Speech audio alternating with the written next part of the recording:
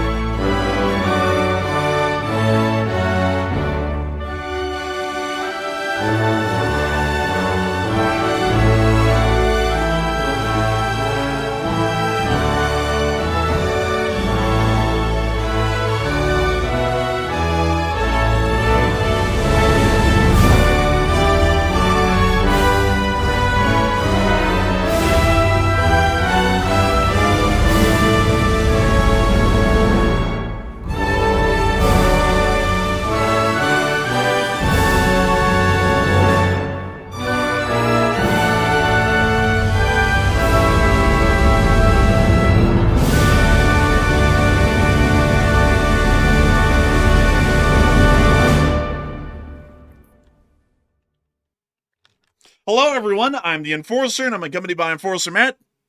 And good evening, folks. It's Enforcer Matt, and welcome back to day 1360 of the War News stream. And today we have big news out of pretty much every region. We have seen that Iran has hijacked a tanker ship in the Strait of Hormuz today. We've also seen a major Russian Black Sea Fleet port in Novorossiysk has been basically destroyed. And also, U.S. officials approve action against Venezuela, and apparently it's going to be imminent. And it's good to see you all once again. And of course, we're going to be covering the past 24 hours of news from around the world, and we have absolutely significant news to cover over just the past 24 hours. We have been able to hear that the Islamic Republic of Iran has seized the Talara tanker within the area of the Strait of Hormuz, effectively creating a blockade within the region due to the fear of multiple companies that their ships may also be taken by the Islamic Republic of Iran and held hostage in the midst of them awaiting passage through the very busy and incredibly important waterway of the Strait of Hormuz. In the meantime, we have not seen an official reaction by the United States of America or any other Western nation at the moment, but it does appear that the situation is quite significant and may lead to larger amounts of damage and collateral impacts to global supply chains and logistical systems, especially those that revolve around the petroleum trade. In the meantime, the state of Ukraine has finally seen that the smoke is cleared from the port of Novorossiysk to get an idea on how much damage was caused last night by the Ukrainian attack. Surprise, surprise, no Flamingo cruise missiles were used. It was actually Neptune long-range missiles. Still, the damage was wildly significant, and we were able to confirm that the entire city's air defense systems are down. Large areas of the city are still on fire, especially around the port area, and most importantly, we were able to confirm through the Russian Federation itself that the port of Novorossiysk is now shut down completely, especially the oil loading platforms, which were completely destroyed over the course of last night's attack. Not only that, we got additional footage of yesterday's attack from commercial vessels and ships that were within the area of the harbor as sailors filmed the attack in real time as it was happening from the ships they were on board. Meanwhile, in the United States of America, or generally in the Americas, the hunt for Captain Craig Sparrow appears to be reaching a fever pitch as the announcement has been made that the President of the United States has come to a decision on what to do with Venezuela, but that actual decision is not going to be made public, at least yet. Still, the United States of America is seeing that the Russian Federation is now distancing itself from Venezuela, which gives us a pretty good idea that the United States has decided to attack Venezuela, and the Russians want to have none of that business. The United States of America has also announced that there will be a joint exercise with Trinidad and Tobago here over the weekend, and we've also seen that footage of another narco vessel that was destroyed on the 10th of November has been published today. The Gerald R. Ford Carrier Strike Group is within the area and appears to be poised to conduct actions against Venezuela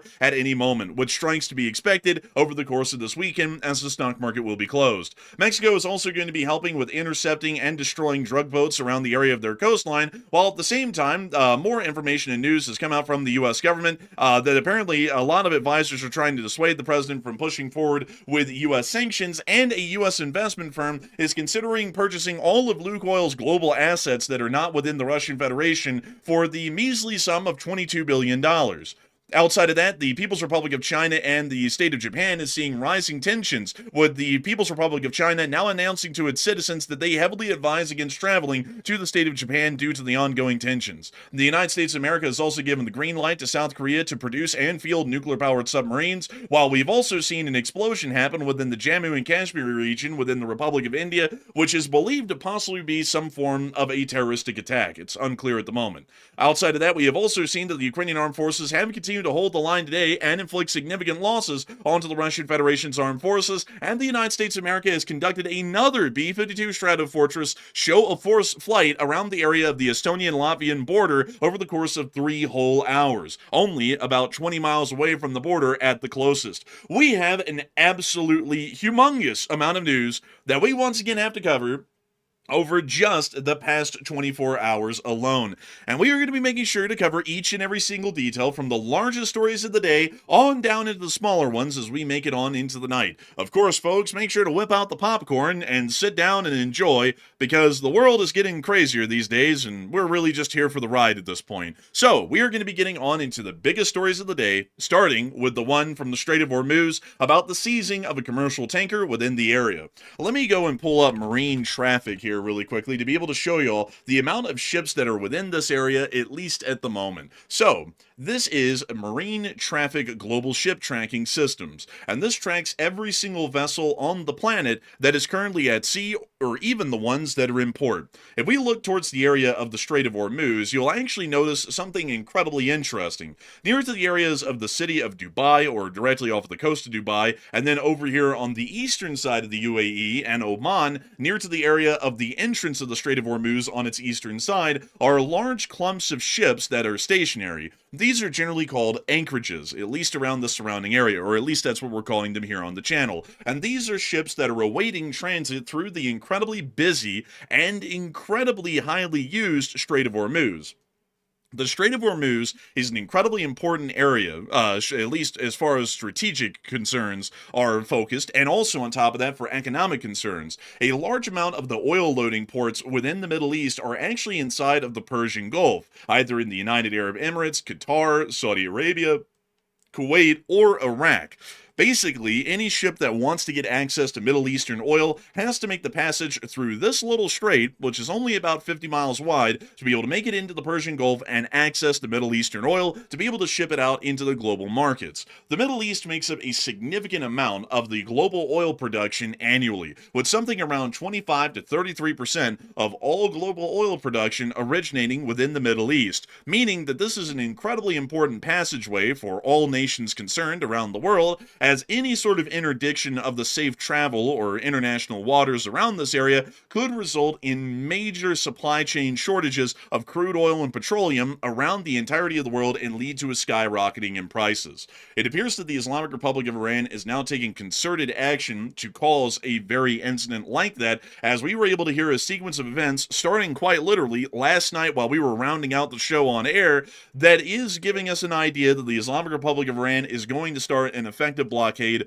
within the area. Last night, at the very end of our show, we were able to hear that the United Kingdom Office of Maritime Trade Operations, UKMTO, was reporting a possible incident in the Arabian Sea near the Strait of Hormuz, roughly 20 nautical miles off the coast of Pokrovsk in the United Arab Emirates. From what we know after that, we were then able to hear that the vessel suddenly altered course, and a Marshall Islands registered oil tanker traveling from the UAE to Singapore abruptly altered course and began moving towards Iran's waters, according to the security firm Ambre. Later, we then heard from the United States Department of Defense that Iranian forces have taken control of the Marshall Islands flag tanker Talara, according to a United States defense official. The ship left Ajman in the United Arab Emirates carrying high sulfur gas oil and was heading towards Singapore when it was intercepted and directed into Iranian waters. At the moment, we have not seen an official U.S. response or statement about the incident. However, the United States Navy has been on the scene with an MQ-4 Triton, which has been conducting dozens of hours of surveillance and reconnaissance, not only around the incident area just east of Khor Fakkan, but also through the entirety of the southern Persian Gulf as well, near to the United Arab Emirates. This situation is quite a serious one, to say the least, and it's going to most likely become a major development here within the near future. The Talara is not flagged as a U.S. vessel. However, any ships that are generally caught by the Iranians and held hostage within the Strait of Hormuz usually historically have had large impacts on global oil supplies due to the following chain of events that will happen because of this action today.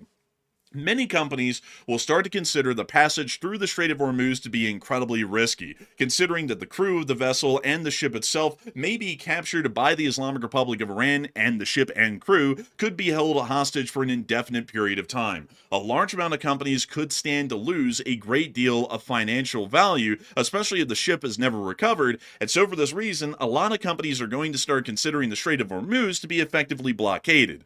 This means that a lot of companies are not going to decide to make the dangerous journey through the Strait of Hormuz into the Persian Gulf to pick up oil from one of the Middle Eastern states that are large oil producers. This means that globally there's going to be a large shortage of crude oil that's available on the open market, and that means that the amount of oil that will be available is going to be far smaller, but the demand is going to be the same. This will rack up massive amounts of increases in oil prices per barrel, and this will start to cause major problems globally, considering that practically all goods have an attached price to them that has to deal with transportation.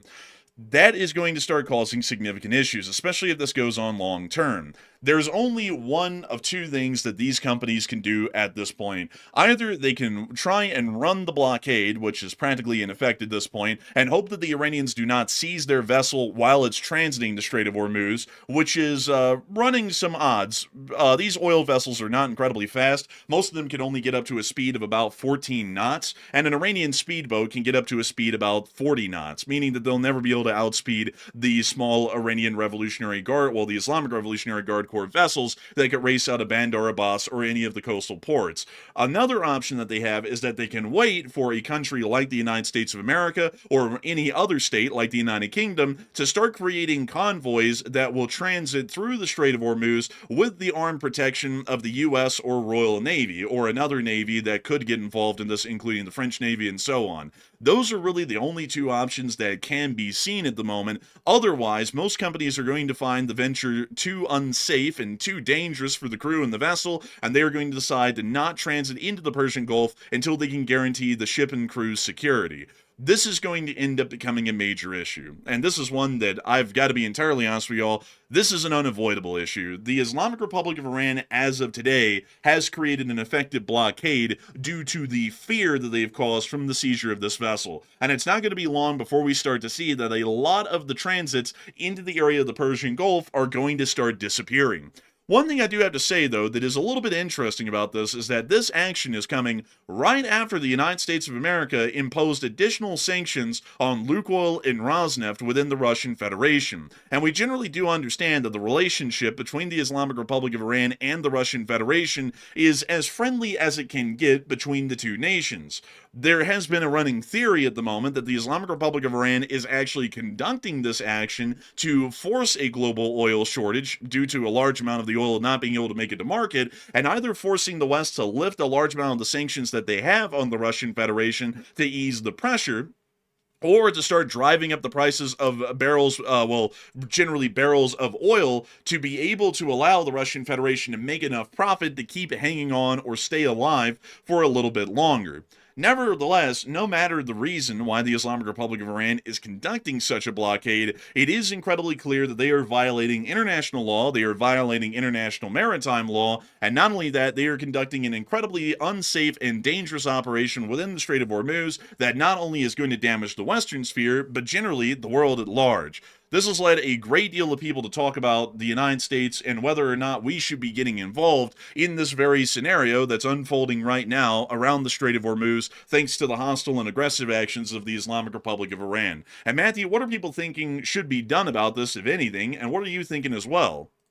All right. So obviously this is a very big and very hostile move that Iran is making today, or actually last night. We saw that actually at the very end of the stream last night, oddly enough, but we learned the details about it this morning. So now that we've seen that Iran has hijacked a tanker ship in the Strait of Hormuz, and they've also apparently taken it into their international waters, or actually their waters, the Iranian waters that is, how should the USA respond to it? And it looks like 67% said yes, the US must respond to this aggression, while 19% said no, we should let Israel and the Middle Eastern partners handle the issue, while 7% said it's really not that severe and there's really no need for a response. So I would say personally, you definitely got to respond to it, because Iran cannot blockade the Strait of Hormuz. That is something that Iran cannot be allowed to do, because it would be very detrimental to the region as a whole, and Iran can't be allowed to control that entire strait. That is simply not possible, and that must be stopped at all costs. So with Iran making this move today by hijacking the ship, I would say I agree with the enforcer, they've effectively blockaded the strait. So the U.S. has sent out an MQ-4 drone to keep an eye on the issue, but that's not really a response. That's simply intel gathering. So the response is going to have to be something severe, so that way we send a strong message to Iran that we will not allow this. But I'm not really sure what that's going to look like yet, but we should definitely respond in some form or another. Also, by the way, I want to point this out also, that even though this vessel was flagged out of the Marshall Islands is not controlled by the USA, but it is an independent nation that has a compact of free association with the United States. So it's heavily and closely tied to the United States officials. And I would say that is basically attacking a U.S. vessel to a certain degree or another. It seems that there's enough plausible deniability there to say it's not really the United States, but it kind of is in one way or another, sort of like in a semi-sense. But Enforcer, what say you? I would have to say that the United States has to respond to this due to this situation greatly affecting oil markets here within the very near future. Oil is an incredibly important commodity that we use on the daily. A lot of stuff that y'all are using right now is either made of some form of an oil product, or the way you get around from day to day is most likely fueled by some form of oil. Allowing the Islamic Republic of Iran to practically block off all trade with the major oil producers of the Middle East and jack up the prices is something that is well out of the interest of the United States of America, whether or not American vessels are involved in this situation. On top of that, the Islamic Republic of Iran has absolutely no authority to conduct a blockade within international waters or to interdict the free trade and passage of international vessels transiting through international waters. The Islamic Republic of Iran does not have that authority, nor does any nation on the planet, and for that reason, the United States must respond to this situation immediately. This is not going to be something that is something you can easily ignore for some people who like to make it out to be that way in the chat. If you were talking in the last election before the president was elected about the rising prices of gas at the gas pumps, well, you're about to be dealing with a lot higher gas prices because of this blockade that the Islamic Republic of Iran is conducting. The global oil market is a global one. It's not a national one. And so if the price is rising globally, it's also rising within the United States per barrel of crude oil. That also means that the refineries that are refining that crude oil into fuel are going to have to start adjusting their prices for their refined fuels because the cost per barrel of crude oil is becoming more expensive. And that is factored into the cost that comes out of a gallon of gasoline when you get it at the pump. So if you're always talking about how you want the gas to be cheaper, and then you say that this whole situation isn't our problem and we ought to lend this over to the Israelis to deal with, then you've got to be a little bit blind and deaf, because this is going to directly affect everyone in the United States, not in one way or another, directly at the gas pumps. And considering that the majority of the United States travels to work by car, this is something that's going to affect you on the day-to-day basis if we allow this to continue. Just for that reason alone, and not only that, for all of our Western allies, this blockade must end immediately, and any and every action needs to be taken to reopen the Strait of Hormuz to international trade and traffic of maritime vessels through the area. That is a definite certainty. So I would have to say that the United States needs to respond, and I would say that at this point, the Islamic Republic of Iran needs to be taught a serious lesson. The Islamic Republic of Iran got their asses beat, mind you all, in the 12-day war and during Operation Midnight Hammer. It's not exactly like they're a formidable fighting force. They can hardly even defend themselves from airstrikes. So, with that in mind, the United States Navy, at a minimum, should go and obliterate the entire Iranian Navy, just to send them a little bit of a warning, and if they continue to try and conduct actions like anti-ship missile attacks or some other form of an attack within the area of the Strait of Hormuz, then we'll escalate farther from there. But if we did it during Operation Praying Mantis, we can do it again, and I would say this time we should leave no ship standing in the Islamic Republic of Iran's Navy to ensure that a strong message is given, and not only that, to ensure that the Islamic Republic of Iran doesn't even have the ability to try and interdict global trade traveling through this area. That's generally the approach I would take. I do have a hunch, though, that the U.S. does plan on responding to it, because we've seen a couple different things which indicates a response from the United States is likely. For one thing, we did see the MQ-4 drone being sent out, which is kind of unusual because we have seen before maritime incidents where the U.S. drones were not sent out to monitor the situation. So it was different this time. We actually sent a drone to go take a look at the situation. Also, by the way, we did notice some tanker movements to Diego Garcia just a day ago, which is usually indicative of some type of action in the Middle East from what we've seen in the past few months. So I think a response is likely to occur. Now, of course, those movements to Diego Garcia, that happened before this incident with the oil tanker, but it could have been maybe in preparation for something, because maybe we'd gotten some intelligence prior to this that Iran was going to pull something like this off. So that could be another thing as well. But one thing I do want to note is Israel has largely been silent so far. It's kind of interesting to me. We really have not heard a response from Israel about the situation, which is a little bit strange considering that Israel usually has something to say about this. So not really sure what's up with the silence on their part, but I think the U.S. will do something about it to some degree or another. I would agree. And also, I see a lot of people asking this question, a load of people, so I'll make sure to answer it. Is the People's Republic of China affected by this blockade? The answer is, at least in the short term, for several months, they will not be. We already knew from prior reports that the People's Republic of China's crude oil storages were absolutely at the brim and full. That means that they already purchased the oil when it was a good bit cheaper, and they're basically hanging on and onto it to have practically a strategic oil reserve to the larger degree. They'll slowly refine all of that into a usable fuel product at one point or another, but for now they're not going to be greatly affected by this blockade, considering that their strategic oil reserves are practically topped off and have been for months. That was also another big thing that went into our analysis just to give proof of this event in China, is that we were talking about whether or not China could continue to purchase Russian oil in incredibly large amounts just to try and keep the petroleum companies afloat, and the answer was generally no, because there was nowhere for them to store the oil if they even bought it from the Russians, considering that practically all of their oil tanks in the country were full at that point. So China will not be greatly affected by this, at least in the short term, because the companies in China that refine the fuel into gasoline and diesel, they already have all of the crude oil in storage that they would have needed to be able to keep operations going for at least half a year.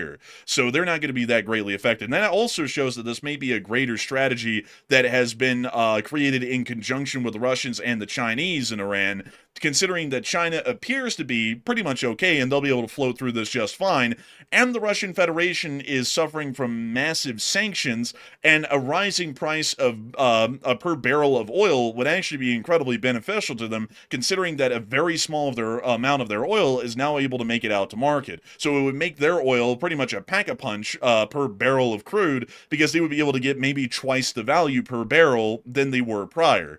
So this may be a larger plan created between the three countries, almost in the form of an oil cartel, possibly. But moving on from that. Well, also, real quick, before we move on, real quick, I see several people in the chat pointing this out, because I do know that there is a compact of free association between the Marshall Islands and the United States, which gives them a very close tie. It's a special relationship with the U.S. So some people are pointing out here that that compact, that agreement between the Marshall Islands and the U.S. actually requires and obligates the U.S. to defend the Marshall Islands. So is that true, Enforcer? Do you know that right off the bat? Because me personally, I've never really researched the Marshall Islands too much. So can we find that out real quick or not? Is there a military obligation between those two countries? Let's see. Let me pull it up.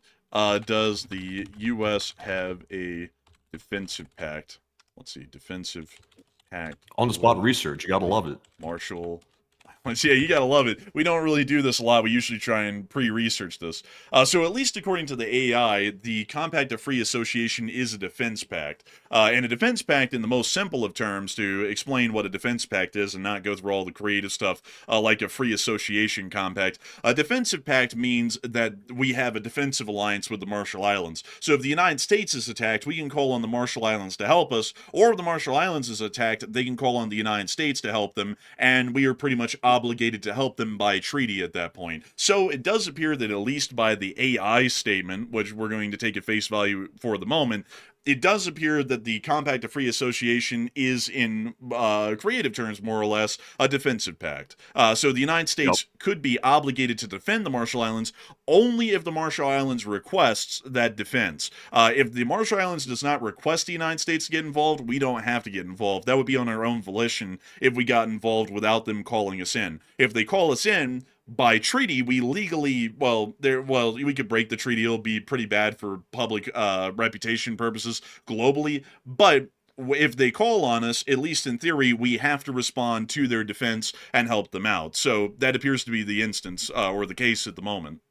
So essentially, it basically is in a quasi form. It's essentially an Iranian attack on a U.S. aligned state. That's basically what this is to a large degree, because the COPA here, that actually does obligate us to defense, or COFA, excuse me, that actually does obligate us to defense of the Marshall Islands to a certain degree. But it's not like a defensive pact like, for example, NATO or something like that, where there's like an Article 5 contingency where the partners can say, okay, we're agreeing that one was attacked and we're all going to defend in unison. It's not really that robust, but it still is a defense pact that the U.S. could either decide to honor or maybe deny it. There's no telling these days, but there is one there, which is pretty important. Honestly, this defensive pact, at least with what the Compact of Free Association seems to be, is basically a simple defensive pact like would have been seen throughout most of history, to where two countries agree that they are in a military alliance as far as defense goes, and if either one of them is attacked, the other can call the other ally in and help them to defend themselves.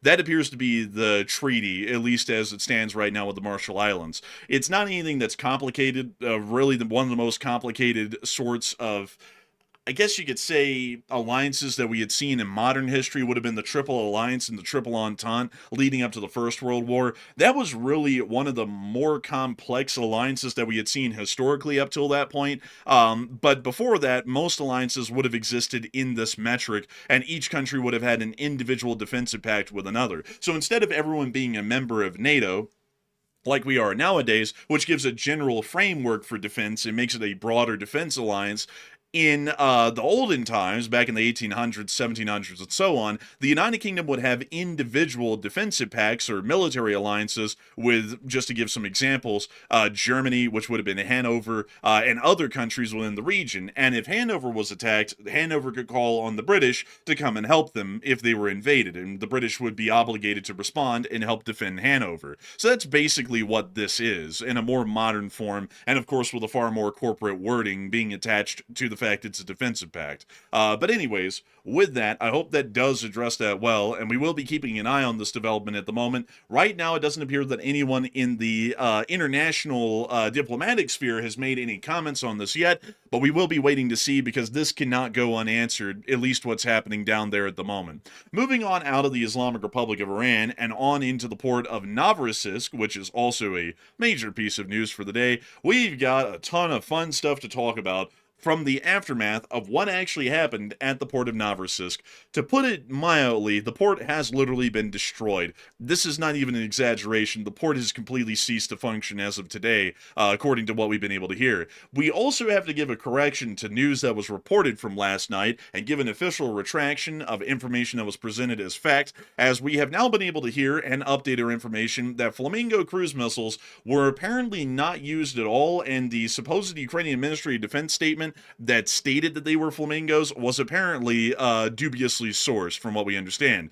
From what we now know, it was actually long-range Neptune anti-ship missiles converted to a ground attack role that were used inside of Crimea, Berdyansk, Novorossiysk, and also over Oriel last night, with all of them making them to their targets, except for the one that was intercepted over Oriel. So we do have to give that correction on air. It was not the Flamingo cruise missile that was used. It was actually the Neptune. And to show you all a Neptune really quickly, the Neptune anti-ship missile is something that the Ukrainians have actually used a decent bit through the war. It's not as large and formidable as the Flamingo cruise missile, but these do still have a large explosive on board, considering that they are designed to be able to take out ships like the Slava-class cruiser Moskva earlier on in the war. The Ukrainians, due to the fact that the Russians rarely ever get close enough to shore for the Ukrainians to use these, have started to convert them to be ground attack missiles instead of anti-ship missiles. And it appears that that was the larger volley that was fired at the Russian Federation last night was actually, in fact, the Neptune anti-ship missiles. We can actually see one of the launchers right there for a brief moment, and that is, as a matter of fact, a Neptune anti-ship launcher. And let me see if I can show y'all the Neptune anti-ship launcher to show y'all the vehicle here. And here we are. Here is, well, let me get a bigger picture here. Here is a model of the Neptune anti-ship missile launcher.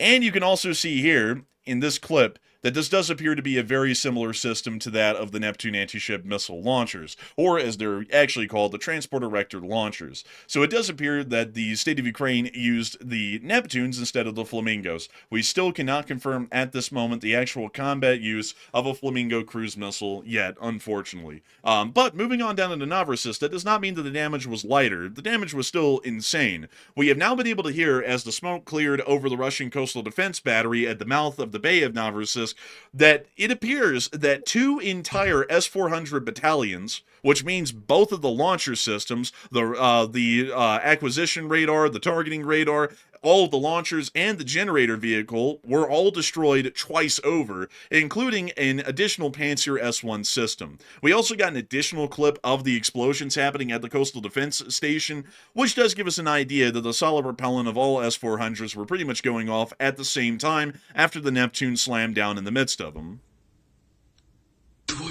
That's just a wild, honestly, like, yeah, that's right. It's just such a huge explosion. Though when those air defense interceptors go off, it is a hell of a scene. It really is, honestly. Like, those missiles have a huge amount of solid propellant in them, and when they go off, they make quite a boom, like that one right there. This guy's just watching from, like, I guess his apartment window or something. He said, he said we're F. It's like, dude, you know. And we can see another angle of the explosion, once again, right near the supermarket. They're giving them the beans, they said. They went to aisle 5 and gave them a can of kidney. Man, kidney bean. Man, with some nice fava beans with a nice canned tea. And if they're not careful, they'll give them the Lima. And these are just all of the angles of the air defense battery exploding, by the way. Some of these were actually seen last night. Damn, son, where'd you find this? Now, if y'all thought that that was something, and if you're wondering where we found that, Now, here's a crazier clip. We actually got to see that a sailor on board one of the ships that was near to Novorossiysk port actually filmed the attack on the oil loading platforms, which we're about to get into the damage report here in a second. But let me show y'all some new footage that came out from overnight of the attack on Novorossiysk, filmed by a sailor on board one of the ships in the port. Look at all that air defense fire, and they're not hitting a damn thing because the drones are still making it through. Oh, yes, I see you know you're spraying pretty well.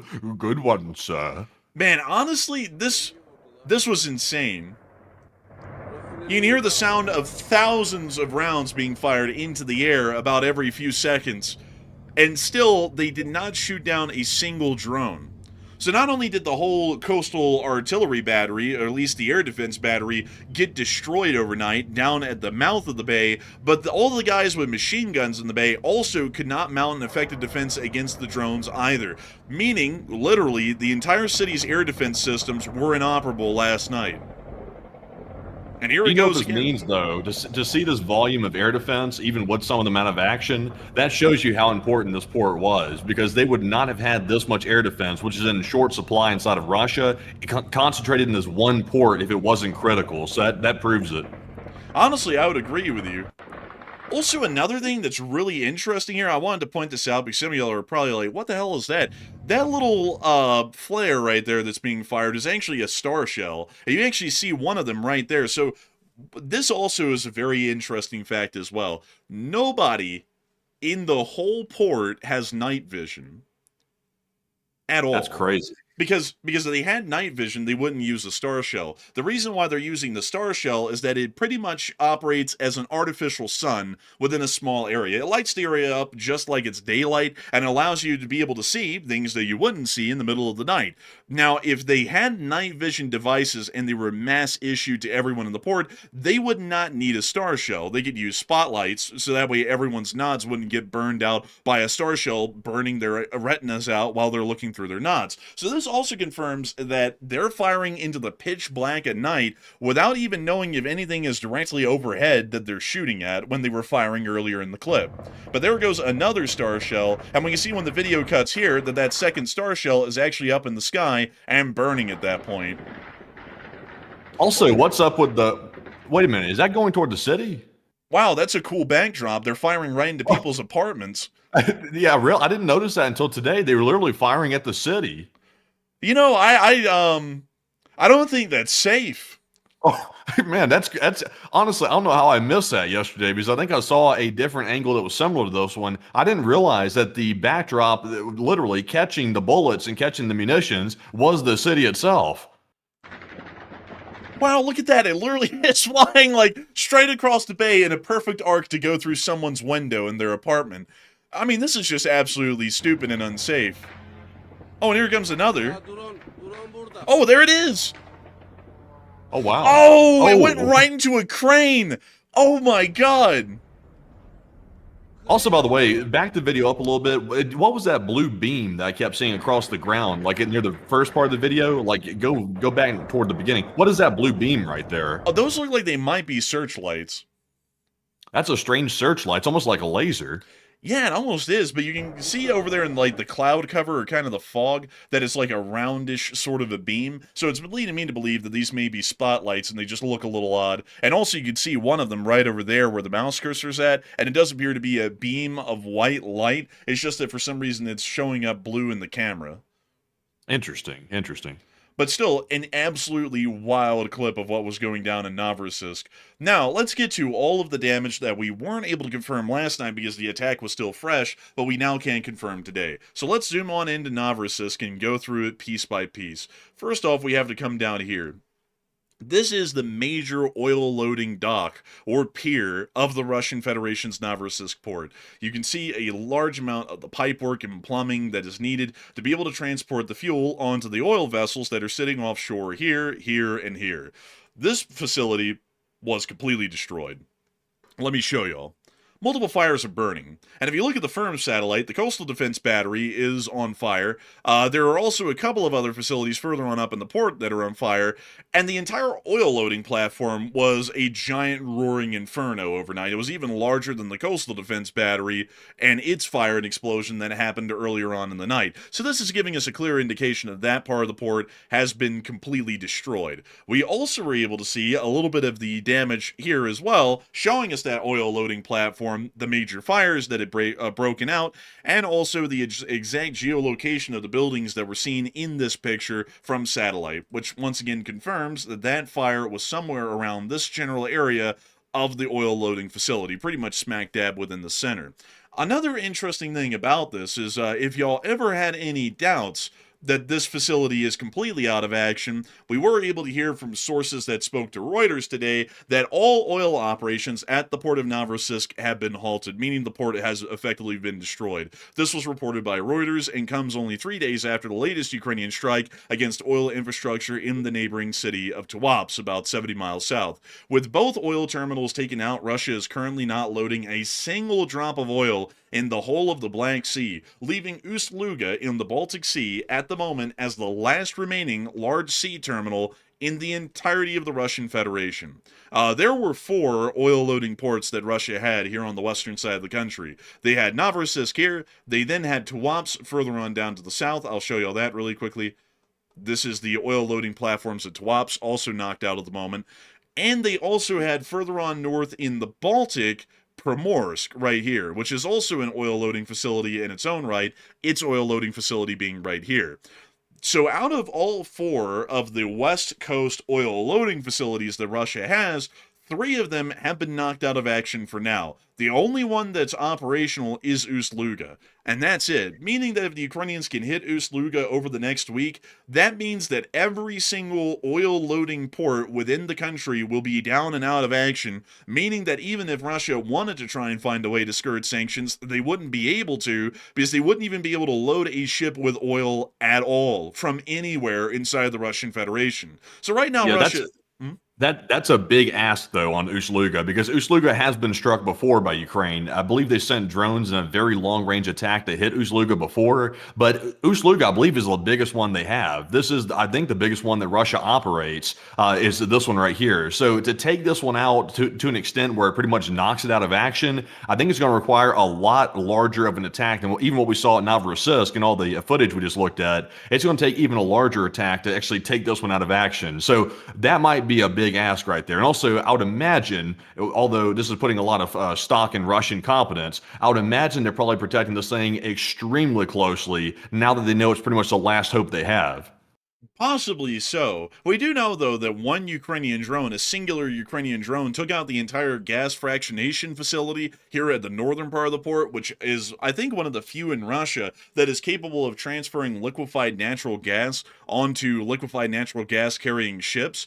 So one drone did cause enough damage to knock out the fractionation facility, at least for a couple of weeks. So a well-placed Ukrainian attack here at the oil loading facility, just a little bit south of that, could possibly knock it out for several weeks as well, or they might have to conduct a serious amount of hits on this area. I mean, look at the amount and size of the oil loading ships that are here at this port at the moment. I mean, these are some of the largest that you can find in the world. If we measure this thing from stem to stern, this one ship right here is actually about 813 feet long, so only about 400 feet short of the largest oil carrying vessel on the planet currently at sea. Another thing that also is interesting to point out is that the rail loading yard filled with oil cars themselves is voluminous. I mean, look at the amount of oil cars that they have here at this port. It is literally in the thousands, sitting there waiting to be unloaded into the oil tanks and then eventually loaded onto a ship and then transported off somewhere to be sold. So it may actually take a decent amount of effort and work for the Russians, well, more so the Ukrainians, to take out the port and for the Russians to lose it. But we'll have to see. I'm sure that the Ukrainians are going to launch an attack on Ust-Luga here soon, because if they can knock out all 4 of these ports and keep them knocked out indefinitely, that means that that is better than any sanction that has ever been implemented the world over, because Russia has literally lost at that point in time their own ability to even load the ships with oil to try and circumvent sanctions in the first place. So we'll have to see if the Ukrainians conduct an attack on that soon, but I would have to be honest with y'all, it's highly likely, considering that this is an opportunity they may never get again, at least all at one swoop. But still, a lot of people are talking about this little development, at least with the port of Novorossiysk being literally obliterated overnight and completely shut down. And also, oh, by the way, I forgot to share this with y'all. There is a famous little lighthouse at Novorossiysk. It is one that people have known the world over. The Shutska Lighthouse. It's this one right here. Now, lighthouses are actually believed by a lot of people to be obsolete. And I actually have to tell y'all that lighthouses are not obsolete. They are a redundant safety system for maritime navigation. So they're not completely out of action, and they still operate and are used. Practically every single lighthouse within the United States of America, crazily enough, is still operational. It's just that they're unmanned because they have been designed to be unmanned ever since about the 1950s and 60s. The Sudzhugskaya, it's very hard to say, lighthouse in Novorossiysk is a redundant safety system for ships that are traveling in the night. If the GPS systems are out on that ship, they have to navigate by this lighthouse, which tells them what side of the bay they're on and also about how far away they are from the dangerous cliffs and rocks that surround the entrance of the port of Novorossiysk. If they miss the lighthouse and they don't have GPS navigation, they could run aground or run up on a rock reef in the bay and end up sinking themselves, generally. So this lighthouse is quite important as a redundant safety system. The lighthouse was completely destroyed overnight. The Ukrainians literally reduced it to a stump. Oh, wow. Look at that. And you said it was called the Shutska Lighthouse. I guess you can say the Ukrainians fired a few shotskas at it, and looks like they took this thing down to the rubble at this point. Look at that. Man, they're going to call this thing the Mauskatul Lighthouse because the Ukrainians whipped out that Mauskatul and put some work on them. But I got to say, I don't know what hit this thing, but it literally destroyed the lighthouse down to its concrete foundation. The whole thing is gone above water except for the concrete foundation. So, good hit by whoever hit the lighthouse, and that redundant navigational system is completely out, meaning right now Novorossiysk does not have an operational lighthouse at the mouth of the bay. But still, outside of that, had to add the icing on the cake and the cherry on top there for Novorossiysk. A lot of people are talking about the fact the Ukrainians obliterated the whole port of Novorossiysk last night, which was pretty shocking to the whole world. And a lot of people are wondering what Putin's going to be doing about this, if he can do anything at all. But Matthew, what are people thinking about that, and what are you thinking about it as well?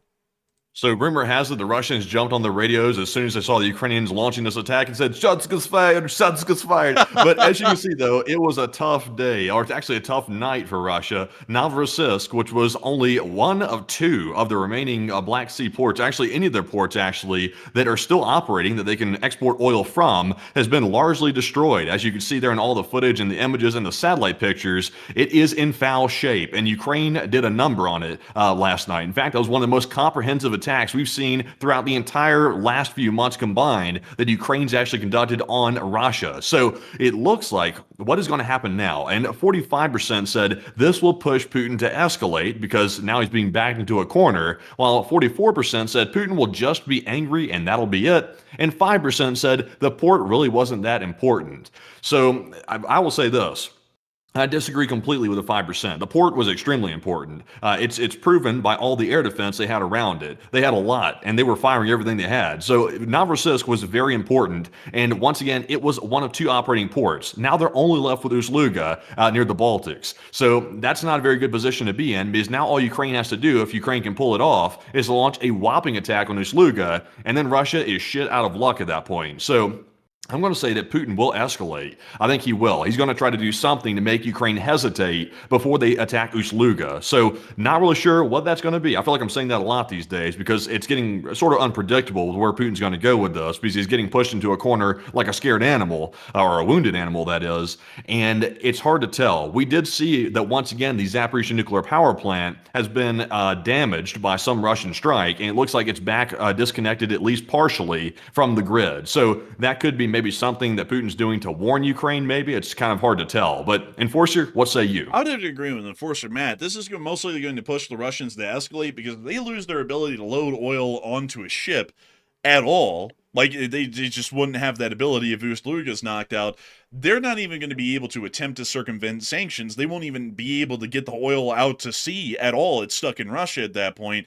Every single drop of it. So I would have to say this is most likely going to force the Russians to escalate. Maybe they'll conduct another Oreshnik strike on Ukraine to try and put some fear in them or something along those lines to slow down their actions against the Russian Federation, possibly. But it is hard to say what's going to be coming next. But I'm pretty sure this one cannot go unanswered like other attacks that the Russians have tried to ignore, because this could truly be the end of Russia, especially if the Ukrainians keep striking these ports and keep them down and out of operation for the rest of the conflict. So this could be the doomsday for Russia. Not the sanctions. The Ukrainian attacks on the port could actually be the doom of the Russian Federation. Kind of a little wild to think that the Russians play games so much with the state of Ukraine in these attempted peace negotiations that the Ukrainians decided they were going to implement their own sanctions, which was just blowing up their shit, and that's apparently working better than anyone else's sanctions from across the world. They just blow up the ports that load the oil, and the situation kind of solves itself at that point. Also, a little bit of an interesting rabbit hole here to point out to folks.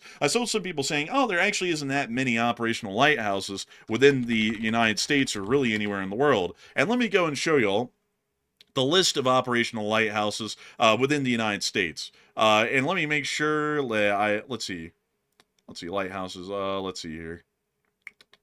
Let's see here. I'm trying to see if I can find you all the ones that are still operational, because some of these have been converted into museums, but some of them are actually considered to be redundant navigational systems to ensure that if a ship's navigation went out, they're not completely stuck without any sort of navigational aid. There are a million of them, and I'm wanting to see if I can find the ones that are operational.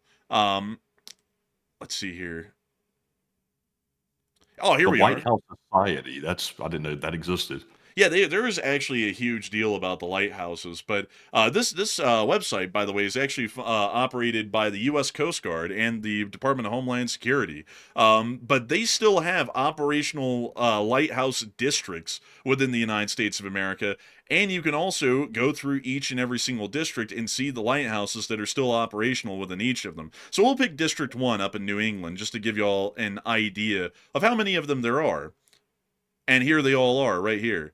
And you can see right here, a lot of them still have some form of either a digital transmitting system to ships to let them know where the lighthouses are, at least their coordinates, or they even have foghorns attached, which you can see here as far as the remarks are concerned. So there are a huge amount of them. I mean, just look at the list of them that are in New England alone. I believe, if I know the number correct, there's something like over 1,000 lighthouses in the entirety of the United States. And what's even crazier is that there are lighthouses in the craziest of places. Like, I bet a lot of people wouldn't believe that there's a lighthouse in Illinois, but believe it or not, the entirety of the coastline of the Great Lakes is dotted with lighthouses to help ships travel, considering that the seas get rough through here. The Edmund Fitzgerald is a great example of that. But still, I hope that does tell you all a little bit about that, because a lot of people actually don't know it, but lighthouses are still a very important part of maritime navigation, even in the modern day. But moving on out of that, little side note there, but hopefully an interesting one, we are going to be moving on over and into the Americas, because it's time for us to get to the story of the U.S.'s hunt for Captain Crack Sparrow and his band of boys down there in the Eastern Caribbean.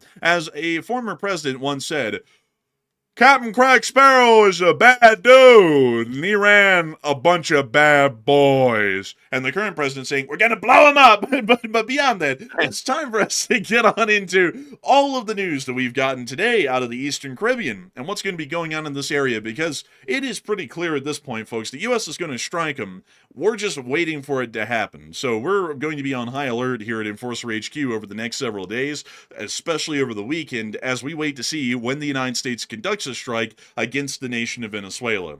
We were able to hear that the Russians are already tucking tail and running off from this whole deal already. Believe it or not, it happened that quick. Once the Gerald R. Ford arrived, the Russians made it clear they have no intention of helping Venezuela in the long term. Despite Nicolas Maduro's public claims of a strong alliance with Russia, the Kremlin appears in no hurry to support the Venezuelan leader as U.S. pressure intensifies. Top Russian officials have effectively distanced themselves. Putin has not made a single statement on Venezuela, and Foreign Minister Sergei Sergei Lavrov stressed that Russia has no obligation to defend Venezuela from external threats, already making it clear they are not going to defend them. The reason is clear: the war in Ukraine has drained Russia's resources and sharply limited its ability to assist allies. Moscow and Caracas have historically had close ties, armed deals, economic cooperation, and cultural projects. But now, with the U.S. sending the USS Gerald R. Ford to the Caribbean and boosting its military presence, meaningful Russian support looks unlikely. As a matter of fact, it disappeared once the Gerald R. Ford arrived. Even if Putin wanted to intervene, Russia's options are limited. Air defense systems are tied up defending Russian territory from Ukrainian drone strikes, or they were blown up in Novorossiysk last night, and the arms industry is operating at full capacity. So far, the only confirmed action from Russia is a cargo plane that landed in Caracas in late October and was reported to be carrying Pantsir and Buk air defense systems. As tensions with the U.S. grow, Maduro risks facing the crisis alone. Like other Kremlin-aligned leaders in recent years, he may discover that for Putin, the war in Ukraine outweighs any foreign ventures. So it's quite clear they're going to be on their own. Lavrov did try and make a saving face statement, though, today, as he did state, since September, we've observed an unprecedented U.S. military campaign in Latin America carried out under the pretext of combating drug trafficking routes into the U.S. Countering illegal drug trafficking must not be exploited as a pressure tool on sovereign states. We then also heard that a list of targets is now being put out by Ian Ellis, big shout out to Ian Ellis, of what the United States may potentially strike inside of Venezuela when the strikes come, which at this point is generally assumed to be a guarantee. And there is no minimum of targets to be hit within Venezuela. There are radar targets, air defense targets, army targets, air targets of the Air Force and the Navy. And this is the location of all major facilities and bases and ports throughout the entirety of Venezuela that could be targeted and hit by U.S. strikes coming here within the near future. Big shout out to Ian Ellis. He makes great maps and infographics. We also did see that the United States has announced that they're going to be conducting joint exercises in the Caribbean from the 16th to the 21st of November, which is very soon. Very soon. As a matter of fact, folks, if y'all don't recall, the war in Ukraine started when the Russians were in the midst of a supposed military exercise. A little bit interesting with that one. Just wanting to remind everyone of that. Seems like the strikes may be coming incredibly soon. We also know that the Gerald R. Ford is within the area, which greatly increases the chance of a strike. We actually got some pictures today out of U.S. Southcom Command showing the Gerald R. Ford and its strike group in the area. And look at those pictures. They go hard. It goes hard. Feel free to screenshot. Honestly, it shows the age of the big bomber, the strategic bomber. When you see the trail of smoke behind it, you can kind of tell the age a little bit. Man, I'm not gonna lie. That thing is certainly not helping out the global emissions. I think this thing doesn't pass the modern emissions tests, like Tier 4 emissions. I don't think they do that. But it's the military, so they get a pass. But still. Look at the Gerald R. Ford's conning tower. Look at the flight deck. Wow. It's beautiful. Look at the B-52 flying over with all of the FA-18 Super Hornets flying alongside. Man, what a sight. What a sight. U.S. Southcom Command, they're well armed at this point, to say the least. We also did see that apparently, according to some reports from fighter pilots with the CVW-8 aboard the USS Gerald R. Ford, they state that they've been studying Venezuelan air defense networks. Which is very interesting, because that would be the first thing that you'd have to go up against to start striking Venezuela, is taking out their air defense network, destroying the Air Force and their ground air defense forces. So it seems likely that they're heavily considering a strike on Venezuela. We also finally got footage from the 10th of November of the strike that was conducted against another narco boat, pictured here.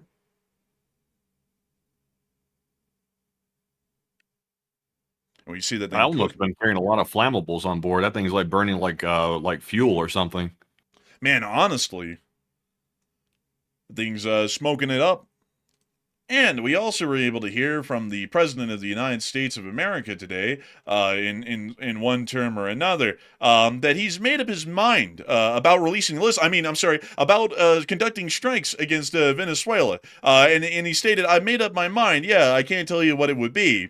And that was it. That was the statement. So we're generally assuming that that means that strikes have been approved. It's just that they're not happening yet, and that announcement isn't going to be made yet, at least at the moment. So it does appear quite clear that the United States is going to be conducting strikes on Venezuela any day now, and we're going to be waiting for those strikes to be conducted any minute now. But a lot of people are wondering what those strikes are going to be. Is it going to be a full ground invasion, an airstrike? What is it going to be? What is it going to be? Matthew, what are people thinking it's going to be? What are you thinking it's going to be? And what am I thinking it's going to be? All right. So we did hear today the U.S. president during a gaggle with the press. They call it a gaggle, by the way, when he sits there and sort of makes some off-key remarks to the press. He said today that a decision has been made, but he said, I'm not telling you, because, of course, he doesn't tell the journalist. But apparently they have made a decision on Venezuela strikes, and action is coming soon in some form or another, which we don't know the details about, because he said, I'm not telling you. But what are your thoughts? 75% said the U.S. will start with big airstrikes, while 16% said the USA will reach a last-minute deal with Maduro, and 3% said the U.S. will start with a ground incursion. And I tell you, I would be very, very upset if the U.S. deployed all of these assets down to Venezuela and spent all that money as a show of force simply to reach a last-minute deal, because they could have done that months ago. So if it turns out to be that will be the biggest waste of money they've done in a long time. So I think it'll start with airstrikes. I think they're going to do that first. And I think we've seen as well through the reporting there that they are studying the air defense sites and also trying to target and map these out. So that way, when they do launch the strikes, they know exactly where they're hitting. So I'm with the 75%. I actually have a very strong idea of exactly when these strikes are going to start, but I usually don't go that specific on air. I usually keep that stuff more behind the scenes for our own internal use, but I have a very strong idea of when this is going to start happening, and we'll have to see if I was right. The Enforcer knows my prediction behind the scenes, and we'll have to see if it turns out to be true. But Enforcer, what say you? On this index card is the answer to when the Venezuelans will be struck. I have handed it to Matthew sealed in an envelope, so that way when it happens, we can open the envelope and see if the prediction is correct. Now, Matthew, hold on to that envelope and do not open it until I tell you to open it. Okay, everyone, I'm going to get in the box now, and they're going to saw it in half. But beyond that, I do know Matthew's prediction, and we will see if it ends up being correct or not, because we generally are on the same page about that prediction. I can't say what it is, but we'll see. But beyond that, the President of the United States did tell everyone that he made up his mind, but he's not telling anyone. And, Matthew, I was just thinking, like, I just got to be honest here. If the reporter had had any sense, they would have gone, well, the greatest president in America would tell us exactly what they've made up their mind on. Okay, we're bombing them. Like, and it would have been done. We would have gotten the answer. Sadly, they didn't do that, so we didn't get the answer today. But still, I would be with the 75%. The United States is most likely going to start with larger airstrikes against Venezuela. That's pretty much a guaranteed certainty. I do not believe that a ground invasion is going to be happening, at least at the moment, and we certainly wouldn't open up with that because we wouldn't have done the preparatory and softening work on the Venezuelan armed forces to make a naval invasion or amphibious invasion as easy as it should be.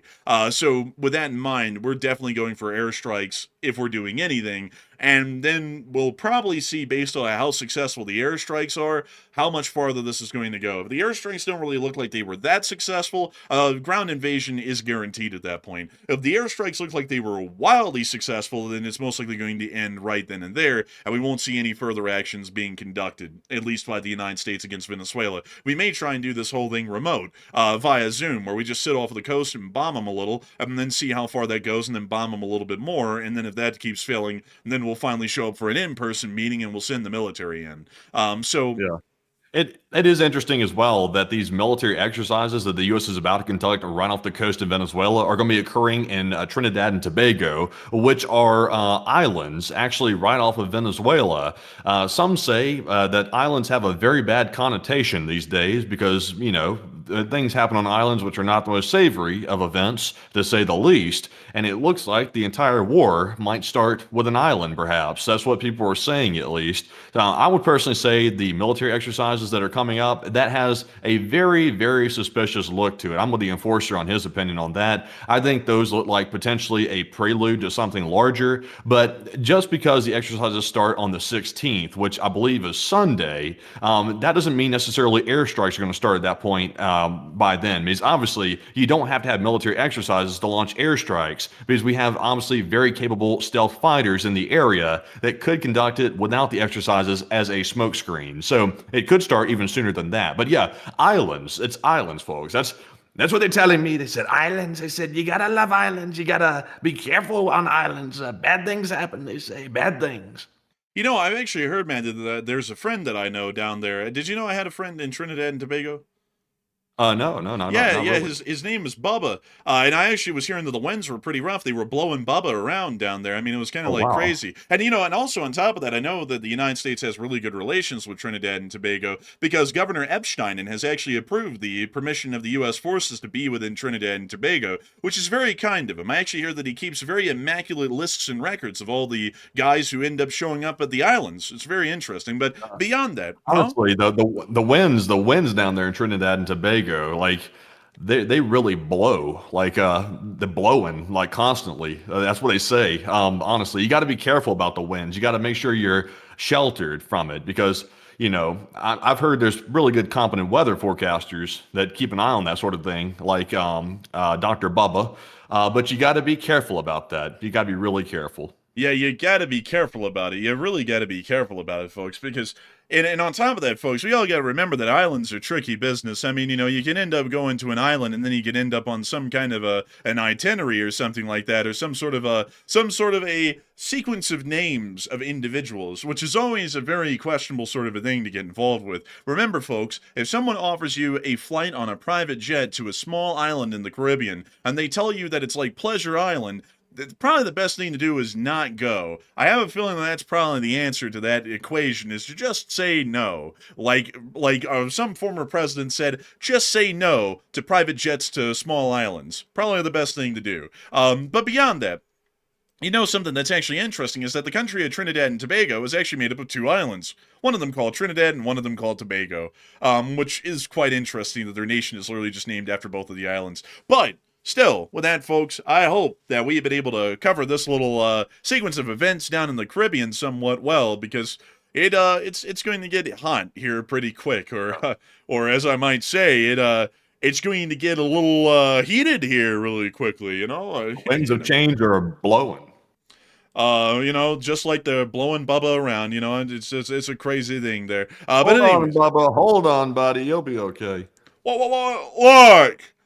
When someone sits there and tells you to get on a private jet and fly to an island, you say, what are you talking about? Anyway, look, if the private jets, the guys who own them, they fly around, it costs money. They take the friends and little islands, and little guides. It's all a hoax. Don't believe it. Look, anyways.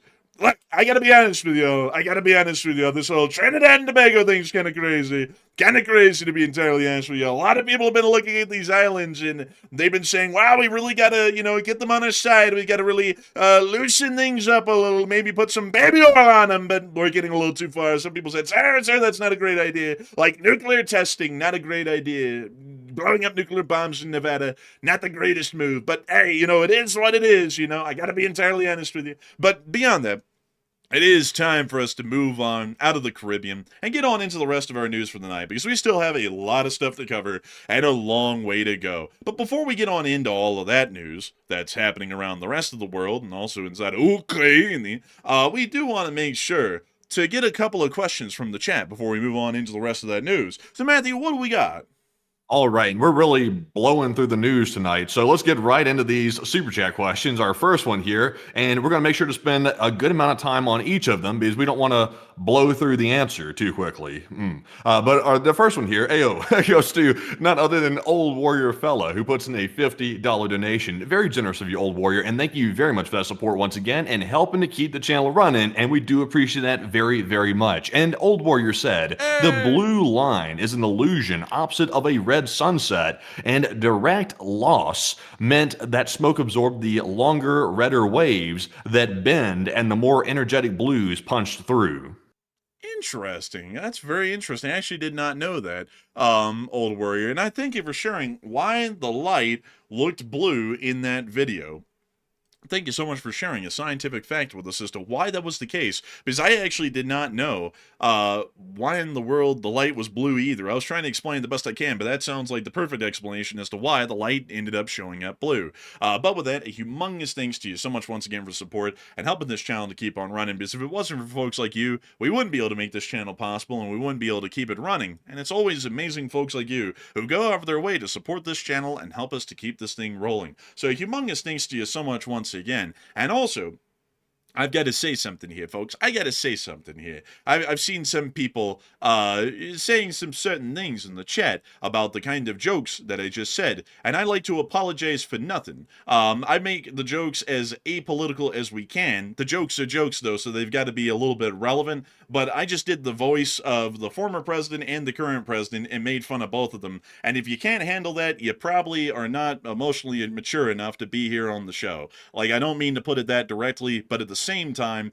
we do what we do on this channel. We've been doing that for years, and just because people are getting a little bit sensitive about politics out there, I'm not going to bend my knee and start acting like we can't make jokes about different kinds of stuff, no matter what it is. So Yeah, don't bend your knees. That's for damn sure these days. Man, don't bend your knees. You might end up face deep in the couch. Like, man, whoa! It's like, whoa! Man, anyways, with that, I just got to be completely honest, folks. And also another thing I got to say, like, I don't mean to put this brashly tonight, but the amount of pushback that we just got from people on the left and the right was enough. I got to say it this way.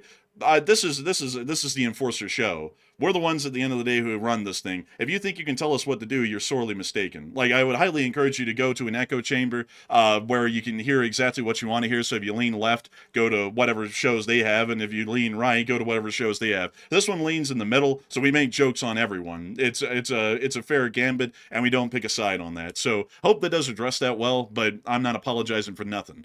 So with that, we are on to the next one. All right, so our next super chat here goes to Craig Jones, and Craig puts in a 50 as well, a very generous $50 support, and thank you very much, Craig, for that support indeed, and we do appreciate that. And he said, hello from the U.S. Air Force. Hey, and hello to the U.S. Air Force. Really good to hear from you folks down there in the U.S. Air Force, Craig Jones. And I got to thank you massively for the support and helping this channel to keep on running, because if it wasn't for folks like you, we wouldn't be able to make this channel possible, and we wouldn't be able to cover the news of what the great forces of the Republic are doing around the world every day to protect our sphere of interest from all of those ne'er-do-wells around the planet. And so an incredible, humongous thanks to you so much once again for the support and helping this channel to keep on running, because if it wasn't for folks like you, we wouldn't be able to make the Enforcer Show possible each and every single day. So a huge thanks to you so much once again. I hope that does address that incredibly well. And with that, folks, it is time for us to move on to the last question of this segment, and then we're going to be getting on into the rest of the news for the night. All right, so our last one goes to Damien McClay, and thank you very much, Damien, for that 50 as well. Also, another generous support, and we do appreciate that. And Damien said, Enforcer and Enforcer Matt, could you see a stray shell from the exercises with Trinidad and Tobago hitting a target in Venezuela? And honestly, Damien, I don't think it's going to be a stray shell. I think it's going to be a very intentional shell, most likely. In fact, it'll probably be a precision-guided munition of some sort, I would imagine. So my personal belief here is this. We're going to see strikes before those exercises. That's my personal belief. Once again, that is a hunch. I don't have the concrete evidence to bring to y'all to say I have proof of it, but that is my hunch. So we'll see if that turns out to be true. In fact, I have it narrowed down to a 6-hour time period, actually. So the Enforcer knows it. So y'all know if I'm BSing or not. I've already told the Enforcer what my prediction is. So I can be held accountable for my prediction. But I'm not going to say it on air, though. I don't want to get that specific, because when you get too specific, your odds of being wrong start going up dramatically. And you don't want to be too bad wrong, or otherwise the prediction looks really dumb if you're bad off. But Enforcer, what say you? Matthew has given me these instructions. Whatever happens, Enforcer Matt predicted. I'm just kidding, by the way. Like, I'm just playing. He actually told me a specific time. I'm really actually kind of dying, Matthew, just to tell them exactly what the time is, so that way it's already out there. But the thing is, If folks, people understand, I guess it would be okay to say if people understand that this is something that is based on deductive reasoning, I guess you could say, a little bit of information from, obviously open source information, some journalists and things like that. I'll go ahead and say it. I'll go ahead and say, if I'm wrong, I'm wrong. Like this, I'm making it very clear up front that this is a prediction that I'm making based on the knowledge I have, which could be wrong, could be right. But here's my prediction. I believe we're going to see strikes begin sometime late Saturday evening, really late in the evening. I'm saying like maybe around 11 or 12 or so into the morning hours of Sunday. That's my prediction, but we're going to have to see that turns out to be true or not, because once again, that's just merely a hunch, and we'll have to find out. Right now, the exercises are planned to be conducted around the 16th near Trinidad and Tobago, so that would seem to line up a little bit with the exercises. That's my guess.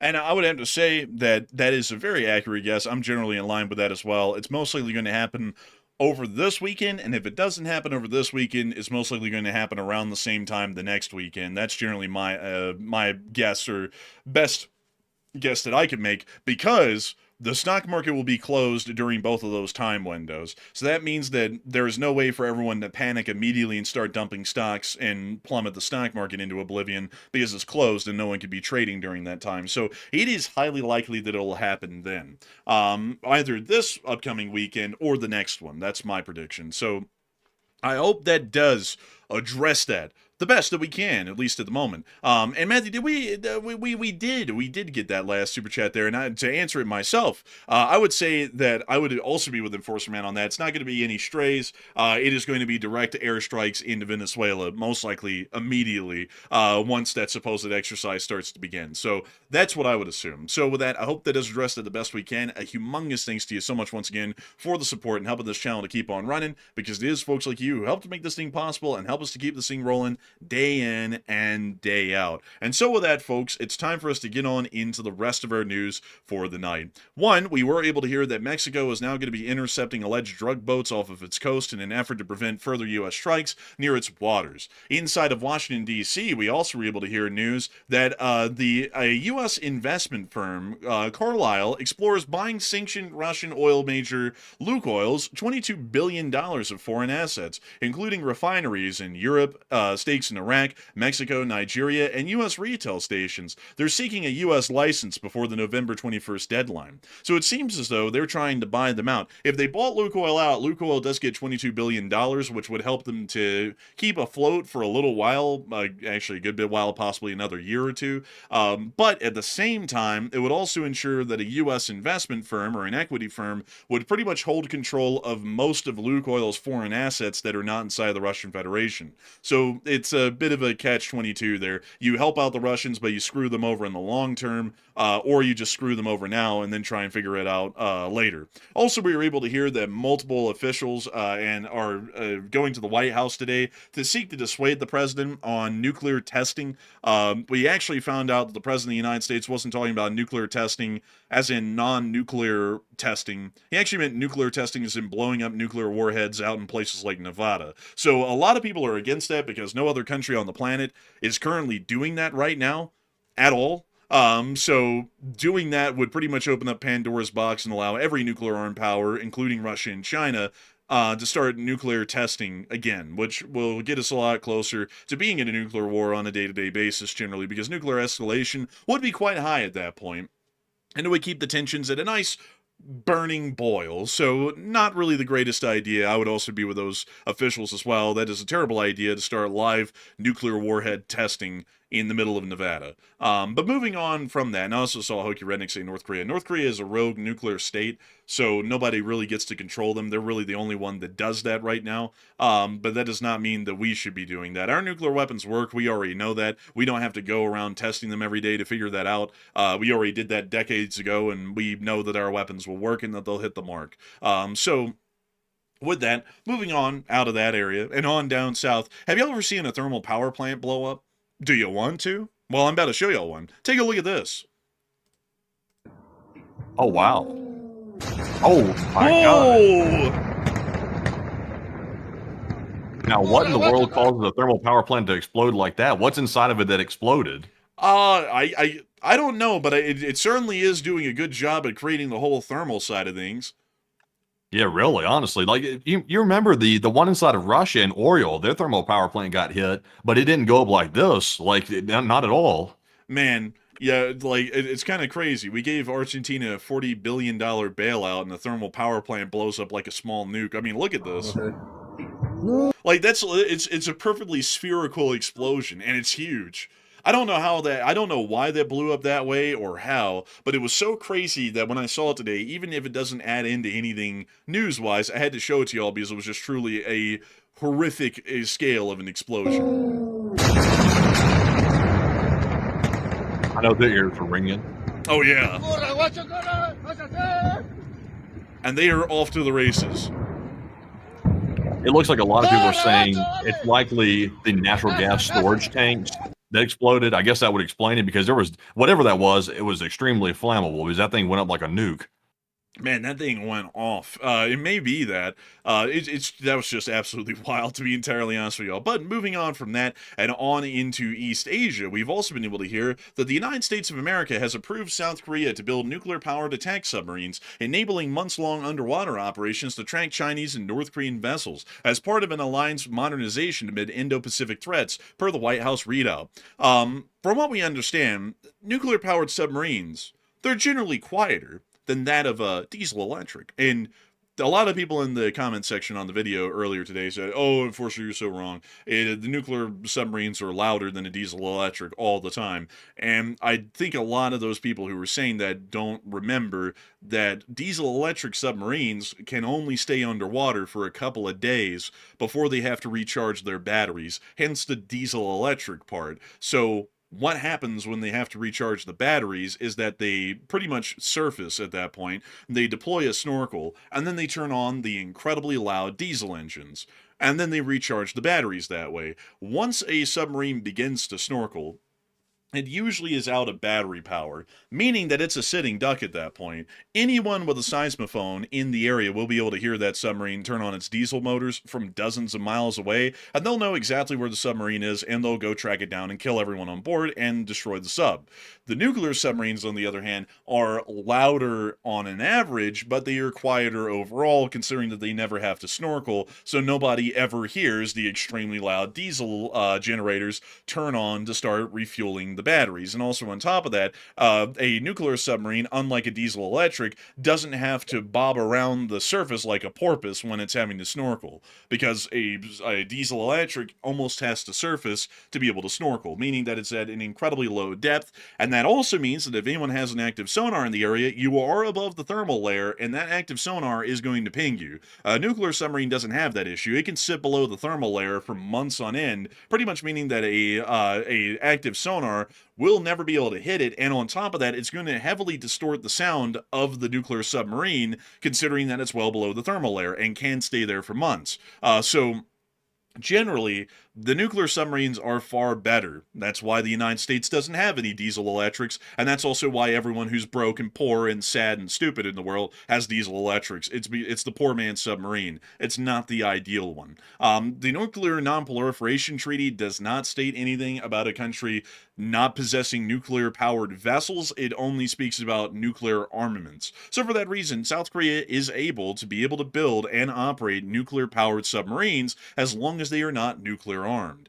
So with that is interesting news to hear, and it does appear that South Korea is going to become a far larger and more important part of the Pacific Island defense chain against the Chinese, and in the meantime, China is spoiling for a fight with Japan, as China has warned its citizens against visiting Japan in the near future due to escalating diplomatic and political tensions, including recent remarks by Japanese Prime Minister Sanae Takaichi regarding potential intervention in the Taiwan Strait. It does appear that China is not happy with Japan's statements. Japan, a couple of days ago, or the Prime Minister in a parliamentary session, actually stated that if China attempted to invade Taiwan, that would threaten Japan's defense and sovereignty so much, Japan actually would intervene and get involved. So that pissed the Chinese off so much, they're still talking about that a couple of days later. They can cry harder, because it doesn't appear that the Japanese are going to back off of that. Moving on from that, and out of East Asia, we also were able to see that another explosion happened in Jammu and Kashmir. Apparently, from what we know, this explosion happened because the police seized a large amount of ammunition and then it blew up in their custody. So Generally, I don't know if the Indians are going to call that a terrorist attack. They might, but really it was more so mishandling of the ammunition. I unfortunately cannot show you all the video, but if you want to see the video, the link to the map is in the description below, and you can get access to all of the videos and links that we have on this map from the map in the description. Moving on out of there and on into the Middle East once again, we also were able to see that some rockets, apparently MLRSs, were fired into Damascus overnight from some armed militant group around the city. جاي هيك صاروخ ضارب الحيط فايت من هون. Well, an interesting phone ringtone. We'll have to mute that. I'm not sure if it's copyrighted or not. But the shrapnel has scattered throughout the walls. Looks like I did a number on it right here. But still, it does appear that there was an incident in Damascus, to say the least. The Israelis have also returned back to airstrikes in Gaza, and we don't know who exactly they're targeting. It may be Hamas or another armed group within the area, but airstrikes are happening again within the area of the Gaza Strip, so peace didn't really last all too long. Moving on out of all of that and on up into Europe, we also have a huge amount of news and developments that were happening up in this area today, including a second flight of a B-252H Stratofortress near to the area of the Russian border. This bomber got within 20 miles of the Russian border and was there for about 3 hours. Very scary, and it does appear to be another American show of force against the Russian Federation. In the meantime, Poland is going to be easing their border tensions with Belarus by reopening 2 closed border crossings on November 17th. Which is in a couple of days. These border crossings will be allowing for cars, buses, and partially for trucks, and we also heard that the other one is only going to be allowing civilian cars through, and that's it. We also have been able to hear, moving on into the Russian Federation, that the Saratov refinery is still on fire today. It was hit a couple of days ago, still on fire today, and in Voronezh, a solid rocket propellant factory exploded. There's the explosion. Is it called solid rocket anymore if it's now burned up? Actually, this has now transcended from a solid state of matter to a gaseous state of matter. They call it a gaseous state of fuel. Aw, man, they call it gaseous. Aw, man. We also saw the fire from a couple of other angles. I mean, call them glowing orange fire, but look at that boiler. Whoa. Look at that boiler. Почитай, может, в новостях что. I want to put a boiler on that. Whoa. Look at the second clip. Russia, it's a crack job, but I never thought it'd get this low. Whoa. Wait a second. I mean, call this man Picasso, but that tree's looking real artistic out there in the distance. I mean, is that like a Joshua tree? Wow. It's not a painting, but call it a Vincent Van Gogh, the way it be making me go like that, really mentally stimulating. Whoa. I mean, it's not a slap of the paint on that canvas with the acrylics, but I call him a bit of a Vincent Van Gogh because, wow, he's going. Whoa. But moving on out of Voronezh and out of that voice, it is time for us to finally move on into the frontline news in Ukraine. We all know it's coming around. It's all coming around. But before we get on into that, I do want to take a little brief moment to talk about those statements that the Chinese are making about the Japanese. Why are they doing it? What's the reasoning behind it? And Matthew, what are people thinking about that?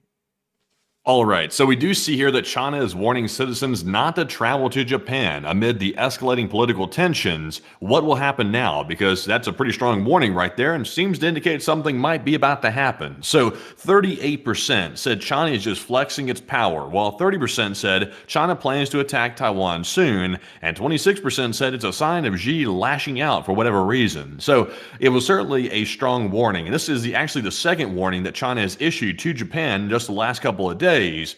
And to me, it indicates a couple of different things. Number one, Xi is having some major political crises in China. So he is, of course, trying to find a way to distract and lash out to distract from that. So that's part of it. But also at the same time, Japan did make a very strong statement that they will try to intervene in the Taiwan situation if it is invaded. So that is a bit of a double whammy at the same time. So I think China is still planning on attacking Taiwan. I don't think it's going to happen before the end of this year. It'll probably happen sometime, probably mid to late next year, if that, or maybe even later, because China's still waiting to see what's going to happen with the Ukraine situation, and they're not too gung-ho about running into Taiwan right this very second. But Enforcer, what say you? I would have to say that China is most likely just flexing its power. They probably do not plan on invading Taiwan until about a year and a half or 2 years from now, I would assume. And so really at this moment, it's more so just posturing so that way people don't think there's free real estate in terms of openly stating that you'll defend Taiwan. They're trying to make sure that everyone stays backed off from openly stating that they would defend Taiwan up until the invasion that will actually happen at some point. So generally, I would say that they're just flexing their power at this moment.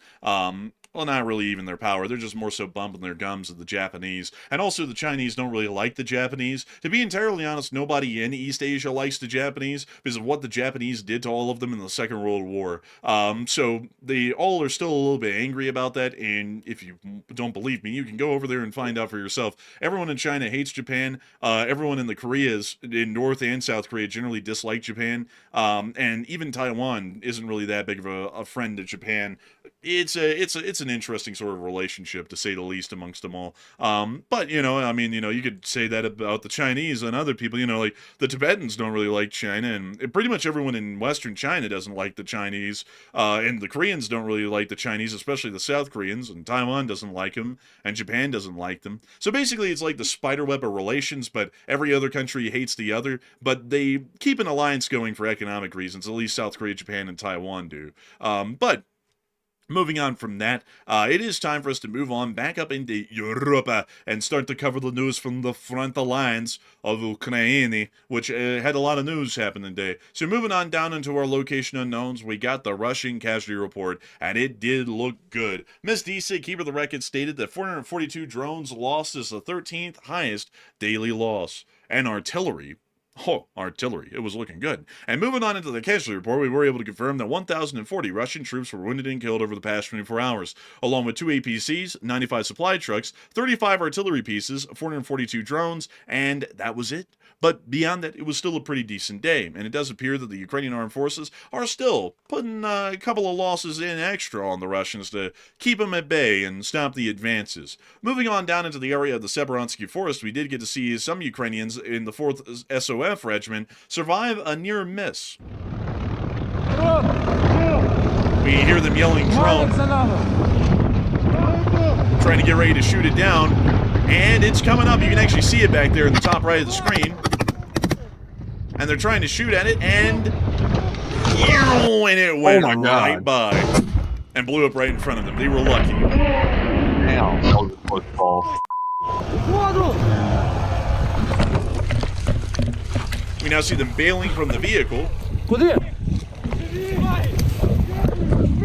and hopping back on after they notice that the vehicle's undamaged and there isn't a second drone. And they're now back on their way again.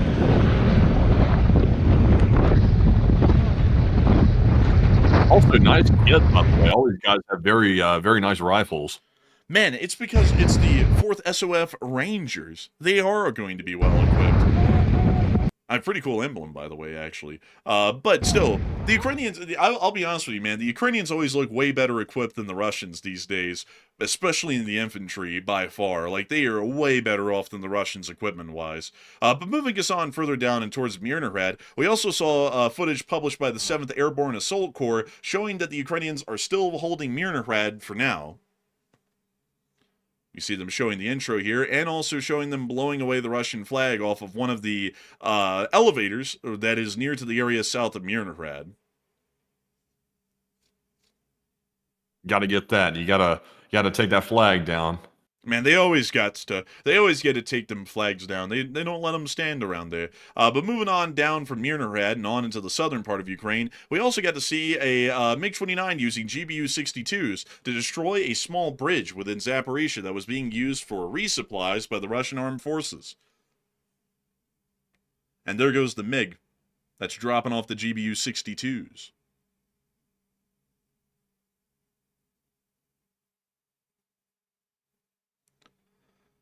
And any second now, it'll drop the GBUs. And it appears that it dropped it at some point off screen because we can now see the aftermath of the bridge, and the bridge is enveloped in smoke from the explosions and has been destroyed. Very nice. Very nice. Well, that's the end of that clip, and moving on out of there, and on up into Kyiv, it's time for us to get to the speech from the President of Ukraine, President Volodymyr Zelensky, here on day 1359 of the war. And so, without further ado, here is the speech. Peach! Бажаю здоров'я, шановні українці. Провів сьогодні ставку. Головне – захист неба. Все, що стосується ППО, нашої безпілотної складової, були на ставці і військові, і наша розвідка, і керівники обласних адміністрацій, саме там, де загроз найбільше, прифронтові області, при кордоні з Росією. Чернігівщина, Сумщина, Харків та область, Донеччина, Запоріжжя, Дніпровщина, Херсон та область. Ми готуємо спеціальні рішення, які можуть зміцнити наш захист саме в цих областях і завдати більше втрат окупанту. І передусім тим російським підрозділам, які знущаються над нашими містами, які знущаються над нашими людьми у Нікополі, у Херсоні, у інших наших містах, до яких їм легше дотягнутися. Вони влаштовують фактично сафарі на людей та навчають операторів дронів за рахунок вбивств українців на вулицях, на дорогах. Потрібно більше захисту і більше активних наших операцій. Сили безпілотних систем, птахи Мадяра, інші наші відповідні підрозділи будуть задіяні значно більше і отримують більше ресурсу. Вже є розширений функціонал для військових в різних бригадах. Про це ми говорили. І вже з 1 грудня має запрацювати система електронних балів за евакуацію поранених наземними роботизованими комплексами і також за інші використання НРК бойовими підрозділами. Рішення, воно підготовлено. Повністю забезпечуємо і пряме фінансування бригадами на їхні потреби, на дрони, на закупівлю комплектуючих. І також ми працюємо з нашими партнерами, щоб наповнити програму Pearl. Програму, яка дозволяє нам купувати американську зброю. Зокрема, це системи протиповітряної оборони, ракети до них. Особливо важливо в цій програмі ракети для патріотів. В ніч на сьогодні патріоти дуже добре спрацювали, є збиття російської балістики, але треба ще значно більше сил, систем, ракет до них, щоб захищати життя. На цьому тижні є рішення держав Північної Європи – Данія, Фінляндія, Ісландія, Норвегія та наші балтійські друзі. Ще $500 мільйонів в програму Pearl – це суттєво нам допоможе. Ми готуємо постачання також інших сильних систем протиповітряної оборони, посилення нашої авіації. Ми готуємо сильну угоду з Францією. Найближчим часом ми фіналізуємо її, впевнений, нашу історичну угоду. Ми готуємо угоду із Грецією по енергетиці, щоб максимально розширити варіанти постачання газу в Україну на цю зиму і в стратегічній перспективі. Домовленості з різними країнами Європи, від Норвегії до Греції, щоб у нашої держави були гарантії забезпечення газом. Я дякую всім партнерам, які нам допомагають. І були сьогодні дуже важливі обговорення з нашими військовими, нашої ракетної програми, її рівня. Довгі Нептуни показали себе сьогодні у далекобійних санкціях проти Росії. Ми щомісяця досягаємо більших результатів з ракетами. Я дякую всім виробникам, дуже вдячний за це, нашим воїнам. Росія все частіше не зможе заплющувати очі на війну. І тепер буває достатньо гучно і видно, що насправді відбувається, бо є наші українські цілком справедливі відповіді на все, що Росія робить проти нас, наших людей. Тільки сьогодні, тільки в одному Києві 6 людей були вбиті через російську атаку. Мої співчуття рідним, близьким. Більше 30 людей були поранені, серед них є діти. Були також удари по наших інших містах, наших селах. Україна має робити все, щоб жоден російський удар не залишався безкарним. Наша зброя і санкції світу, і політичний тиск на Росію – все це працює. І працюватиме більше. Я дякую кожному, хто з Україною. Я дякую всім, хто захищає нашу державу та наші українські інтереси. Сьогодні була доповідь прем'єр-міністра України Юлії Свериденка. Уряд вже розпочав аудит всіх державних компаній, і результати перевірки будуть у правоохоронних та антикорупційних органів. І уряд повинен забезпечити їм повну підтримку. Я саме на це розраховую. Слава Україні! And the Herom Slava. And with that, that is the end of the speech from the president of Ukraine, Volodymyr Zelensky, here on this very day of the war. And it's time for us to move on into the second segment of this stream, where we get to talk to each and every single one of y'all. And boy, howdy, folks. Is it a fun time? Oh, it is. It is always a great time to get to talk to each and every single one of y'all here in the Lee Spring Army every single night. And we are, of course, going to be making sure to get on into all of that news. Well, not really news, but getting to chit-chat with y'all for the night and have a little fireside chat of a sort. But, Matthew, I understand that we have a huge list of folks in the super chats and the live chats to get to tonight. And Matthew, please, take it away. All right, so it is now time for the most highly anticipated part. I say this line all the time, but the people have waited. They have waited a long time. They've waited longer than the release of the notorious files, I guess you could say. They've been waiting for this moment, the question segment, the time where we answer queries from the audience, the questions of the audience, they say. So let's jump right into it. And our first one of the last segment goes to James Lewis, who puts in a $50 support. And thank you very much, James, for that very generous support right there. And once again, helping to keep the channel running through that support. And James said, strong work and keep it up. Hey, and thank you so much for the support, and thank you for enjoying our strong work and wanting us to keep it up. We try our best to make sure that our analysis and reporting here on the channel is always top-notch. And we're always happy to hear folks giving us feedback and telling us that it is some of the most top-notch news and reporting that they've heard recently. We try our best, and we also try and sprinkle in a little bit of humor. Like the jokes we've been making over the course of the night, which some people can't handle, and to them, it's unfortunate. But for folks like you, we greatly appreciate you for being here and helping this channel to keep on rolling and making this thing possible. And I gotta be honest with y'all, folks.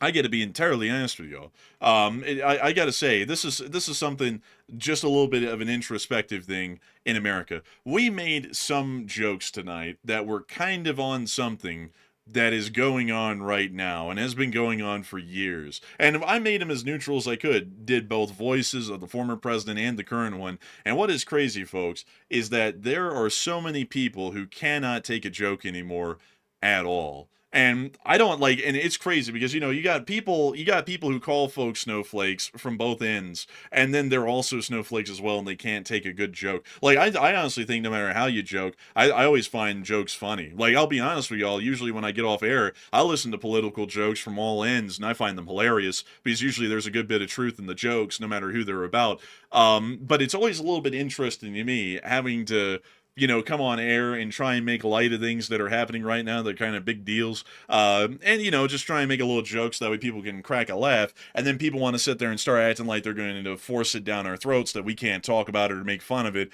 because it might make fun of their guy or someone that they like. And I don't really understand that at all. Like, I got to say, people these days are just really soft across the board. Like, it is like, are you the person I'm making fun of? If not, why in the world are you so offended by the joke? Like, I don't even get it. Like, these honestly, are just, man, not getting jokes or having a sense of humor. Honestly, that blows.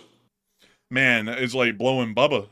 It's tough. Like, man, I mean, like it's tough. You know, it's tough. Like, and I just gotta say, you know, like just lighten up a little bit, folks. Have a little bit of a laugh, because if you're so deeply entrenched in being a Democrat or a Republican that if I make fun of your group, you get pissed off, you're missing a lot of emotional maturity. Like, I just got to be entirely honest, because we made fun of everyone here on this channel. We made fun of all the folks that were in charge in the last administration.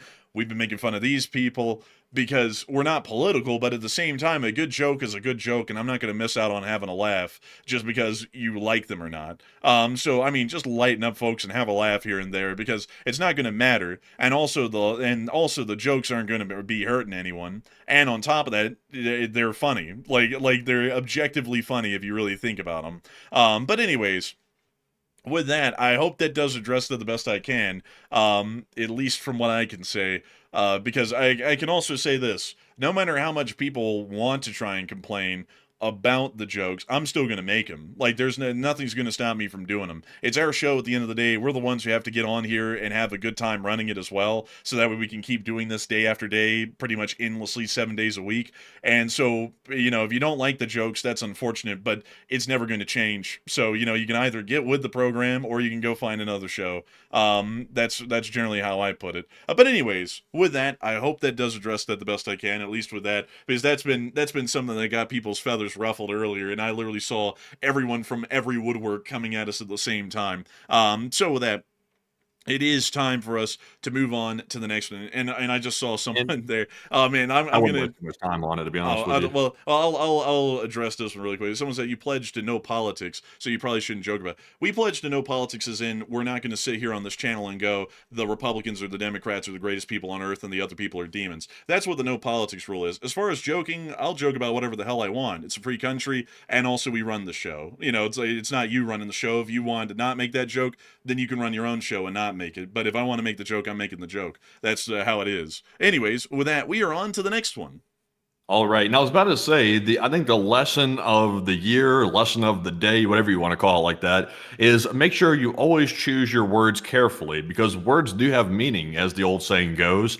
And for example, if you have someone that's living in a nice suburb that has a very strict homeowners association or something like that, and they're, of course, needing to keep their lawn up, you want to make very careful that when you tell them to go maintain their lawn, make sure you don't tell them to go blow the lawn or something like that, because depending on who you're telling that to, it could be taken the wrong way.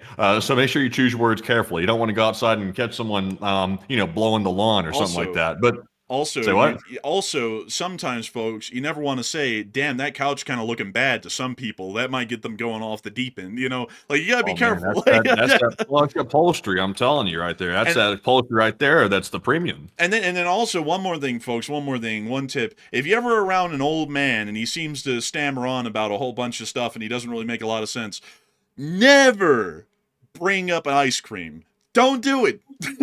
Don't do it. Stay away from the ice creams. That guy will go mental. So just avoid them.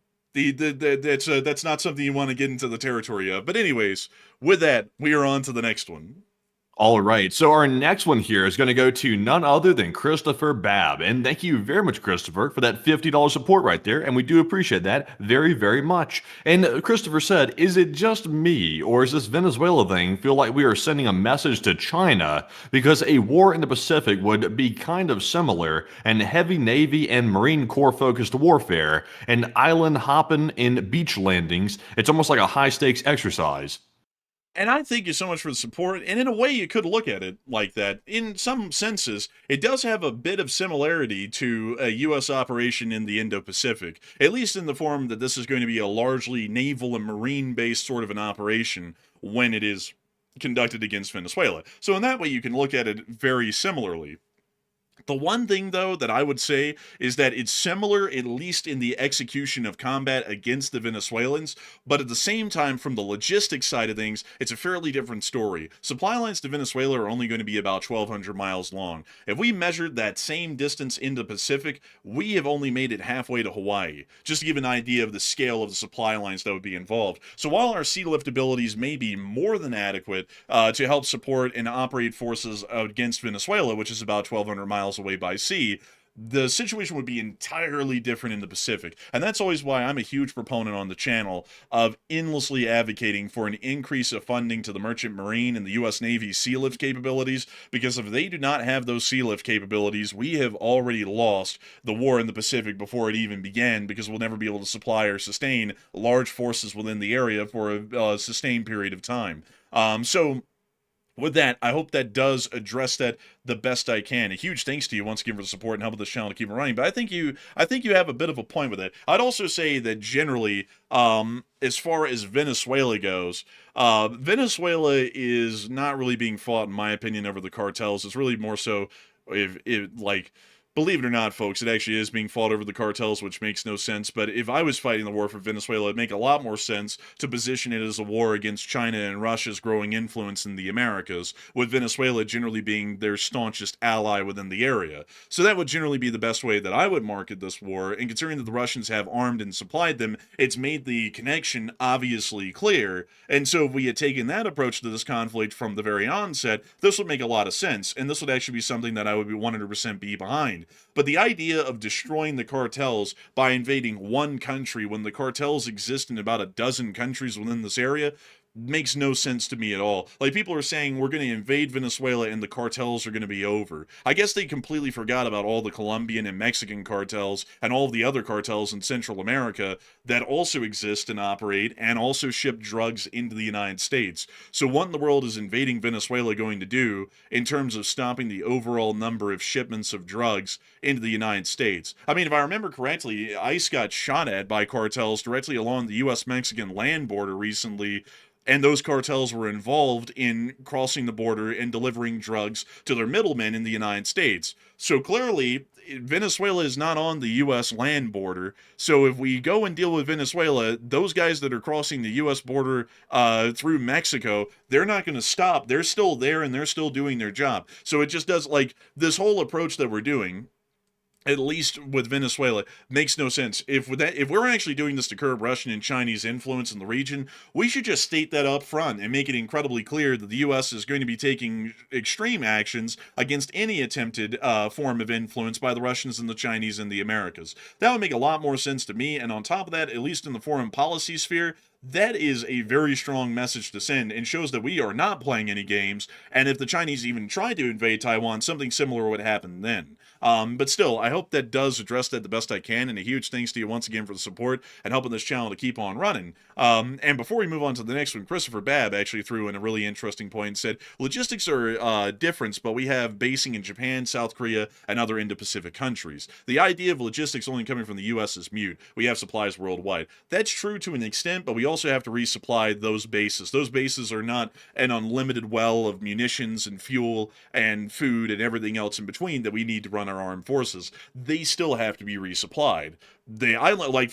Just to give this point, South Korea and Japan would starve to death if they ever got cut off from global shipping lanes. Like, that's just the truth of it. That's actually how their countries work. There would be a complete lack of food in both South Korea and Japan. Most of their food's imported from other countries from around the world. So, with that in mind, if they are that sparse on food, without relying on shipping and imports, that also means that the U.S. military is vulnerable to running out of supplies quickly, because much like Japan and South Korea can run out of food in a blockade or a larger naval confrontation, we could also run out of ammunition and fuel in those countries and have no way to resupply them. We have to have a huge sea lift capability, because all supplies that we use overseas end up coming from the United States. They originate here and then have to make it to those bases from around the world. And if we're fighting a major war with China, this isn't going to be the kind of conflict that we can operate off of airlifts from alone. The volume of supplies that would have to be moved is going to be so significant in volume, it will have to be moved by ship. So the merchant marine and our sea lift capability is going to be incredibly important,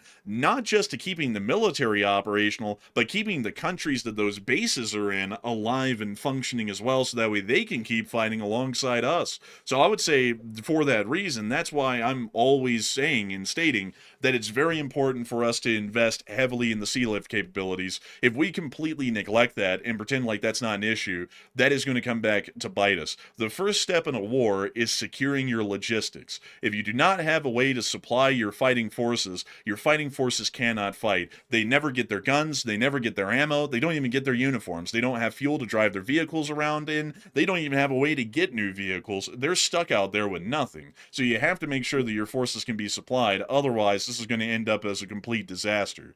But with that, I hope that clarifies why I was saying the whole deal about it coming from America, because you're right, we do have overseas bases, but they still have their supply lines originate in Rome. All the roads lead to Rome, which is the United States, and so all of our supply lines must be locked tight and able to go through any strain supply-wise in terms of volume. But anyways, with that, I hope that does address that well, and we are on to the next one.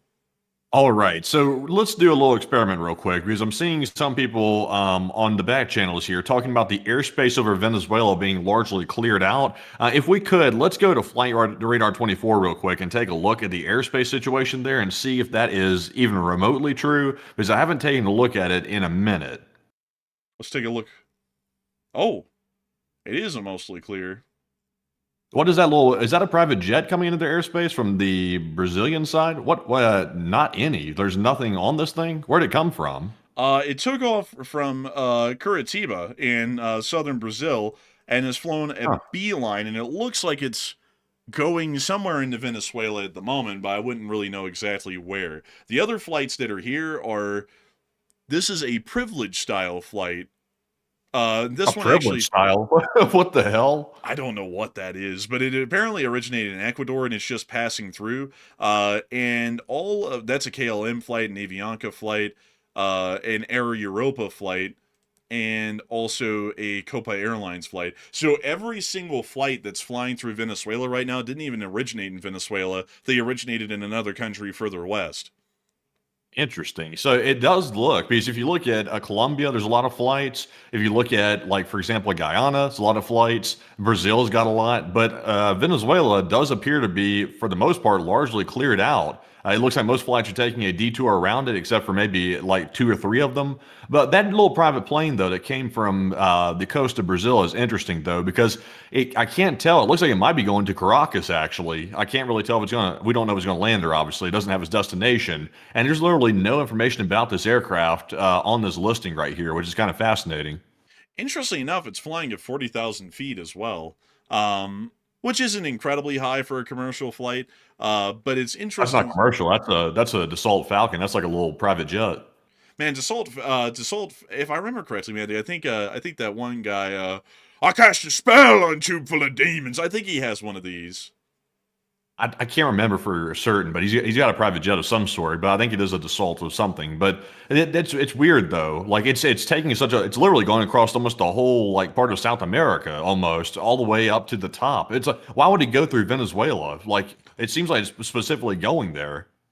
It seems like to me this thing is probably going to be landing in Caracas. Like it'll eventually take a left turn and come on into an approach at the international airport there, maybe. So. We'll see. Interesting flight, though.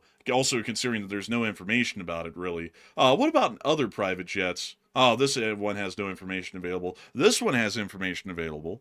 That's a NetJets. That's like that little, I think that jet sharing program or something. Man, this thing flew all the way from Angola. Good Lord. That's a long That's a hell of a flight. Yeah, really. Could you imagine being on that little cramped thing for that long? Man, what's going on at Roosevelt Roads? What do we have here? We have a JetBlue flight, another JetBlue. Man, I thought JetBlue was over with, but apparently they're strong in Puerto Rico. And a Frontier flight.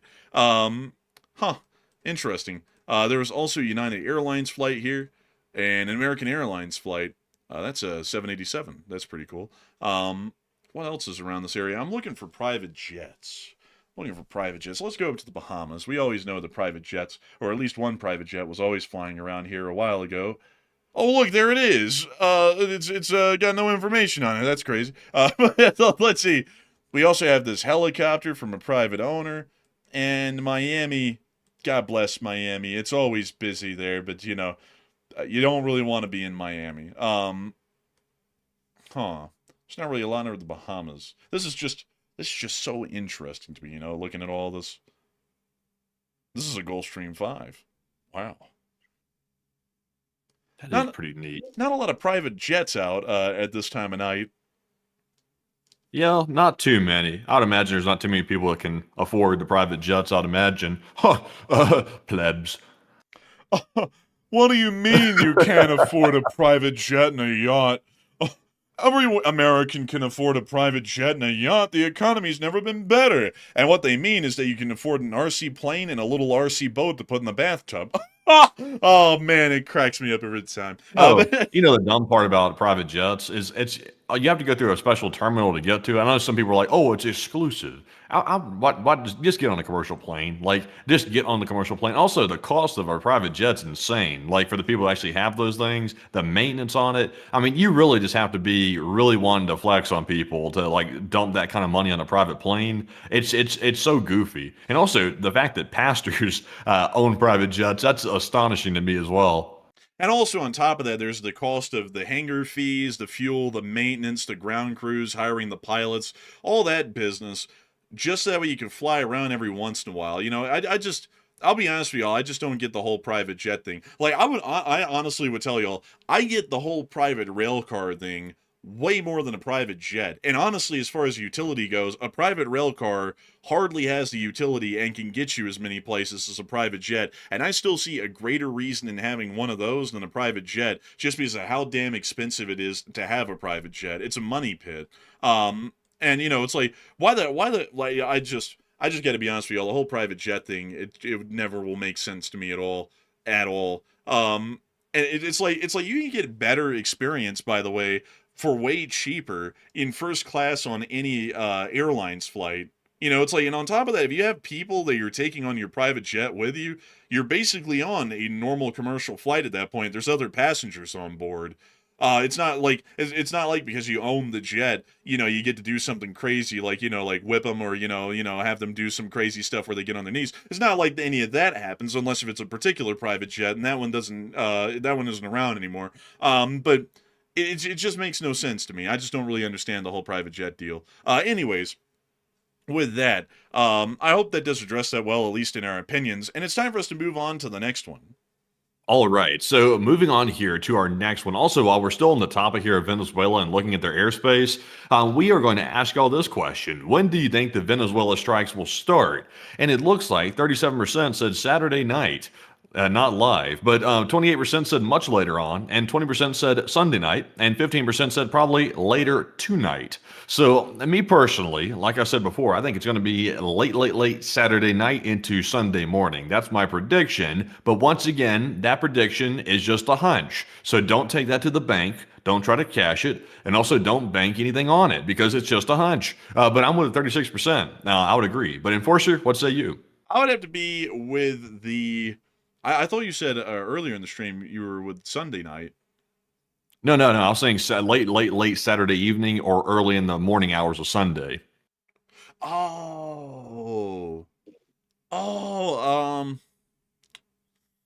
don't know. I'd probably say Sunday. Sometime, probably in the afternoon or the night on Sunday. That's when I'm thinking it's probably going to happen. Man, doing a breaking news segment on that's going to be tough. This is actually going to be nighttime in our time zone when that happens, but we'll still do it nonetheless. We are going to cover that news whenever it happens. So I would be with the 21%. I think it's actually going to happen on Sunday night, because usually there's a couple of days after a decision's made that they're making sure that everyone's on the same page and the plan will go smoothly. So it probably won't happen immediately tomorrow. It'll probably happen on Sunday, or maybe if it doesn't happen on Sunday, the next weekend on the Saturday or Sunday then. So I hope that does address that well, at least in my opinion. And with that, we are on to the next one. And our next super chat goes to Marion Deemer, who puts in a $30 support. And thank you very much, Marion, for that support yet again. And we do appreciate that very, very much. And Marion, a longtime channel legend. And she said, I can't wait for your first snow reports. Oh, I can't wait either. It's going to be wild, honestly, to be around during the snow. Today it was a really interesting weather day in Salt Lake City. It's the first time I've ever seen like storm clouds over the area, and they are scary as hell looking. Like they look like tornado clouds. All of them do. And what's lucky though is that there's like no tornadoes that happen out here at all. But they looked like tornado clouds to me. I was looking out there, I was like, dang. I was like, if I was in Alabama right now, I would be getting a little tense because I would be thinking a tornado could come out of this at any point. But a huge thanks to you so much once again for the support. And I can't wait for our first snow day here in Utah as well. I have a feeling that's going to get tiresome pretty quick once we have to start shoveling snow out of the way of the driveway and the front door. I have a feeling we're probably going to hate it by that point, but we'll see. But a huge thanks to you so much once again. I hope that does address that incredibly well. And with that, we are on to the next one.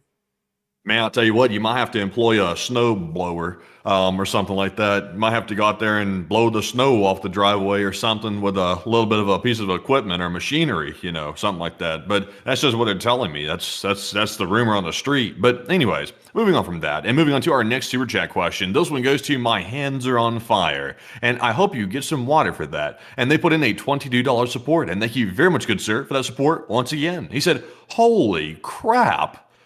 People need to stop crying over every little thing. And the Victimhood Act in society is ridiculous. These people need to grow up, act like adults. Honestly, LLC. honestly, I gotta thank you so much for the support and thank you for agreeing. I mean, like, people have gotta grow a thicker skin, you know? Like, I don't know what it is. We can hardly make a joke these days without someone getting offended. And what is so stupid, like, what is so stupid about that, folks, is that people have like a set political opinion in their mind. Like they're either like, for at least Americans, they're either a Democrat or a Republican. There's very few people who lie in the middle. And generally, just being honest with y'all, Matthew and me are people who lie in the middle. That's why we really have no issue in making fun of everyone. But I try not to lie at all personally. yeah, we try not to lie a lot, but beyond that, if like when I even say that, you know what's ridiculous, folks, is that when I say people have got to grow some thicker skin, the Republicans sit there and go, "Yeah, those damn liberal snowflakes," and then the liberals go, "Yeah, those stupid Republican snowflakes." And it's like it's both of y'all. It's like we can't crack a joke on here at all without offending someone who's extremely political.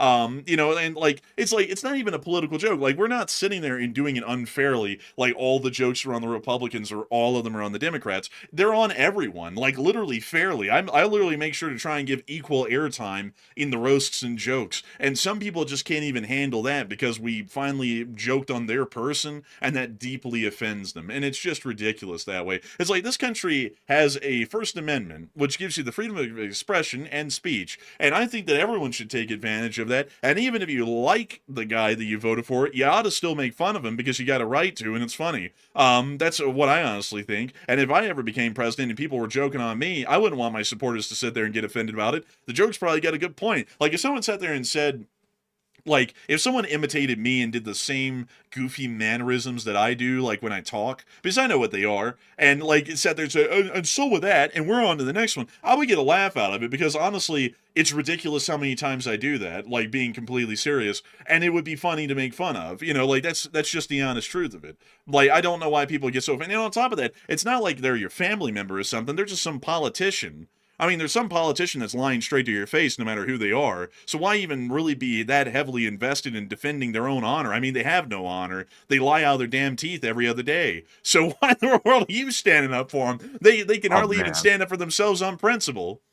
Because they love the way they lie. It's like a toxic relationship or something like that. They just love the way they lie. They just said, my politician lies like none other that you've ever seen before. They lie the best. They lie so beautiful. Some say that there's never been a more beautiful lie than that. They tell me, sir, it's all affordable. Even though the meat costs 200% more than you were used to, it's totally fine. Like, don't you like to get gaslit? I mean, don't you like to get a little heated up or something like that? I mean, you gotta appreciate that kind of stuff. You know, you gotta savor that part of life. You know, the part where they gaslight you and things like that. Yeah, you know, it's and this isn't even the first time we went through it, folks, because like right now, the economy isn't doing well. That's not an opinion, that's a fact. You can go and look at the prices of everything and it's not doing well.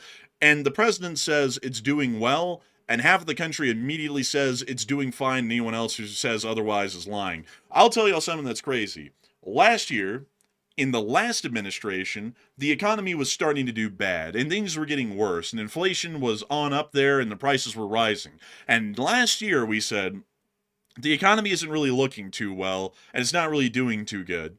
And the half of the people who liked the last president sat there in the chat and told us we were wrong and we were getting political because the president said that the economy is doing fine and clearly it's doing fine. And it's like, I cannot live in that la la land make-believe world. I'm literally paying more for groceries and more for gas right now than I ever have. And the same was true at the same time last year around November and around October. The exact same story. And if you're political, you just throw logic and sense out of the window and you just believe whatever the hell some liar tells you in a political office, which is just absolutely stupid.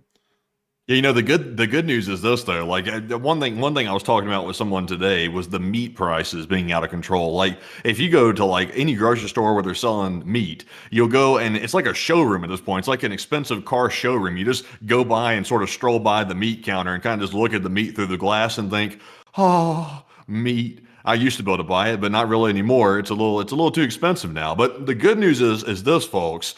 Bubba is going to come in himself. He is going to single-handedly save the meat market by providing extra meat to them all. They say that Bubba is bringing the meats. He's not quite like Arby's, but he's bringing some meats to our market to lower the costs. So I think we can rest easy now. Man, and I've heard, man, that it's nothing but pure pork. He said, "Make sure you put some butter on this, and make sure you." Oh, I'm not gonna go that far. I'm not gonna. I'm gonna pause right there. Oh man. But also, I see someone saying everything costs more now. Yeah, and that was true last year too. And then people wanted to tell us that we were wrong last year. Like last year in 2024. The inflation was rising, the costs of everything was rising, even outpacing the inflation, and we said things aren't really looking too good. And like this is what's crazy, folks. This is what's crazy is that we get no credit for this. And I'm just going to put it out there because some people might have a hard time following when I just say last year in the last administration. When Biden was president in his last year in office, things were rising. Inflation was rising. The price of everything was rising.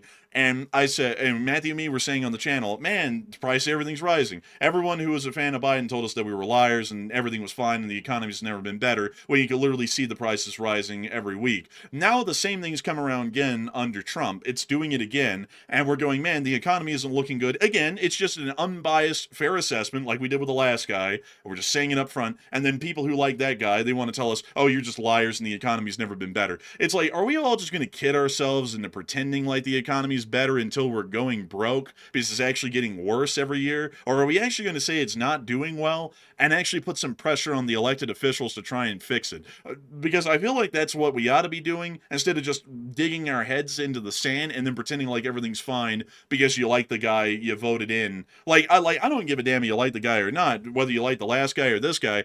When my wallet is getting thinner and thinner because the prices are rising, I don't give a shit if you like the guy or not. The prices are rising, and someone's got to do something about it rather than just lying to your face and telling you it's doing better. Like, that's just the truth of it. And that's what the last guy did. That's what this guy's doing. It's the same thing. It's the same con job that's been going on under both of them. It's ridiculous. It's not even something that is an opinion. You can literally go and look at the prices and see they're going up. And someone told me gas is $2.39. Where? We just drove across the whole United States, and I never saw a gas that was $2.39 a gallon anywhere. In Utah, it's $3.80 a gallon right now. So where the hell is that price? Like, I don't even know where that is. In Alabama, it was $3.60, just about almost everywhere. And sometimes it was a little bit higher and a little bit lower, but around $3.60. Here it's $3.80. And everywhere in between, where I was buying diesel was easily $4 or more a gallon in every single state that we drove through on the way to Utah. So I know that can't be the case. It's just unreal. But anyways, with that, we are on to the next one. And our next super chat goes to none other than Numerian. And Numerian put in a $20 support. And thank you very much, good sir, for that support. They said, out of everyone, it is my belief that Iran needs the whipping first. And what say you? I would say I would agree. Iran has to be taught a lesson at this point. The support of the terrorist groups in the region is one thing. Directly affecting global shipping of oil is a whole other. We've got to go in there and teach them a lesson quick. And also, I'd say just completely defang them to where they can't do anything again in the Strait of Hormuz for an incredibly long period of time. And so with that, I hope that does address that the best I can, at least in my opinion. And with that, we are on to the next one. And our next one here goes to, let's see here. Also, by the way, I see DW Brock said in the live chat, he said, do not shovel your snow. Get a beefy snowblower that can handle 18 inches of snow, unless you work out your back and arms daily. It's easy to throw your back out and it costs more that way. I'm not in that bad of shape. Like, I'm not like the most athletic person in the world these days, but I'm in still pretty good shape, and things like that. Like, I can still, run if I want to and do all kinds of stuff like that. And also, I'm only 25. It's not, I know I sound 50, but I'm not like in like 50-year-old shape. Also, by the way, there's some 50-year-olds out there that might actually be in better shape than me, actually. I've seen them running around here. I'm like, wow, people actually stay fit around that age group. Like, most people make it seem like when you hit that age, all of a sudden you're just gone at that point. But it seems like it's total opposite around here. They're usually in shape. But honestly, though, I'm fine with shoveling the snow. I'm perfectly fine with it. It's a little bit of a workout, I guess you could say, a little bit of a different one. It kind of forces you to work out, actually. So I'm kind of fine with it.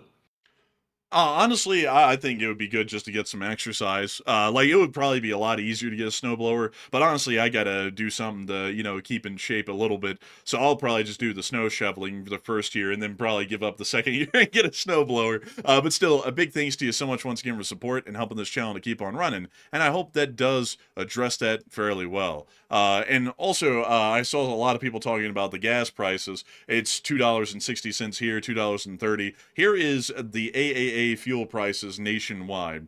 So in Montana it's $3. In Wyoming, and by the way, this is for regular fuel. This isn't for anything rather than the bottom of the barrel gas. Like, this is the common gas that most people would get. $2.90, $2.90, $2.80, $2.80, $3.20. In Alabama, they say it's $2.73, but I just came from there, and I can tell you there was very near a gas station in Birmingham that had $2.73 gas for regular. Matthew and my car don't use regular. And when you look at those prices, they're way up there. $3.60 a gallon, $3.50 a gallon, or mid-grade, $3.20, or $3.12. So, hell, I mean, if you look at most of the states, not really a lot of them have less than $2 gas. And also on top of that, here's the other thing that I don't get about this. So if the gas in one state, or 5 or 7 of them, it looks like, out of the whole 50 of them, have gas that's around $2.60, that isn't a success, because that's a minority of the country that has the advertised fuel price. Practically everyone else is paying top dollar for gas. Like, it was like that in Alabama, I know, and in Utah it's like that certainly, because I was just paying yesterday something like, it was like, damn, like $3.80 or more per gallon to get gas. So that's kind of what I'm trying to get at here. If you say that you're going to lower the gas prices, it can't just be for one state and then we've won. It's got to be for the whole country. And that Also, doesn't exist. Do you notice as well, it looks like, because a lot of refineries are in Louisiana, toward the coast of Louisiana, it looks like it's almost in a radius of the refineries that the gas price is the lowest. And the further you get from the refineries in Louisiana, it looks like the cost goes up dramatically. Yeah, that's actually generally the case, because there is the transportation cost added on transporting it across the country by pipeline or by rail. With the railroad actually transporting a good amount of the refined fuel products. Like, if you look at the railroads, folks, they move loads of gasoline and diesel. So the farther away you get from the refineries, a large amount of them are in Louisiana, and crazily enough, ironically, that is actually pretty much where the gas is the cheapest, except for Oklahoma. It appears that the gas is the cheapest in America in Oklahoma. But Louisiana has one of the lowest gas prices in the country currently, and that's pretty much where most of the refining is done inside of the country. So the farther away you are, the more expensive it gets. And it ought to be how expensive it is in the extremities, like the Northeast and in the West Coast, that we're measuring this off of, instead of literally just a couple of miles away from the refineries. So, I hope that addresses that the best I can. If I was the president, I would like, if I was the president, I wouldn't do the cheap cop-out stuff that everyone does, where they say, oh, the economy's perfect now, although that's a complete lie, or the gas is now cheap for everyone. The gas isn't cheap for everyone. The gas is quite expensive, especially in the major population centers like New England and the West Coast. The Southeast has a lot of population, but there is still about 2/3 of the country population-wise that does not have cheap gas.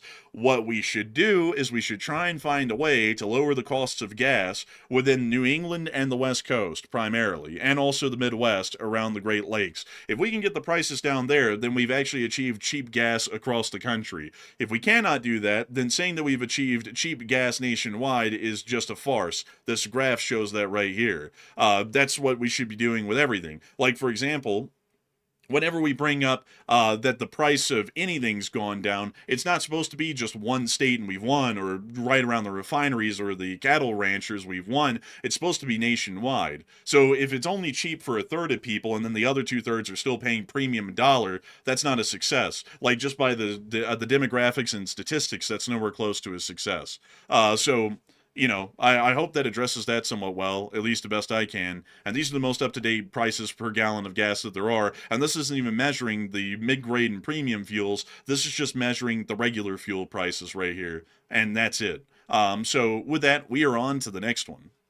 All right, so moving on to our next super chat here, we have the return of a longtime channel legend, an old guard of the channel. It is Walter A. Lakota Jr., and he puts in a massive $100 super chat right there, the largest one of the night. And thank you very much, Walter, for that extremely generous support right there, and we appreciate that very, very much. And Walter said, aloha, Enforcer Matt, and LSA from OG Ellison Bosun. And it seems Iran is rolling back to the 1980s tanker wars, and it might need to have another Operation Praying Mantis Deuce, and shipping insurance is going to get very high and drive the prices of crude up. And I would definitely agree with you on that, Walter Lakota. And a huge thanks to you, by the way, for the unbelievably massive support. I would agree with you that Iran has to be dealt with.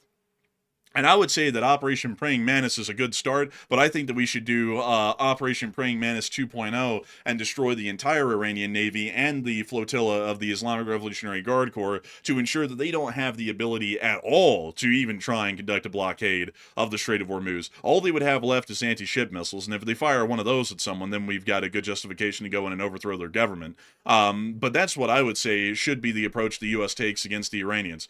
They will not mess with oil prices, and they are not going to affect the United States like that. But still, the prices are going to rise, and I know you know that for sure, Walter A. Lakota. You're heavily involved in the shipping business at sea, and prices are definitely going to be rising rapidly if this blockade continues. So a humongous thanks to you so much once again for that unbelievable financial support, all the way from the OG Ellison Bosun of the Lee Spring Navy.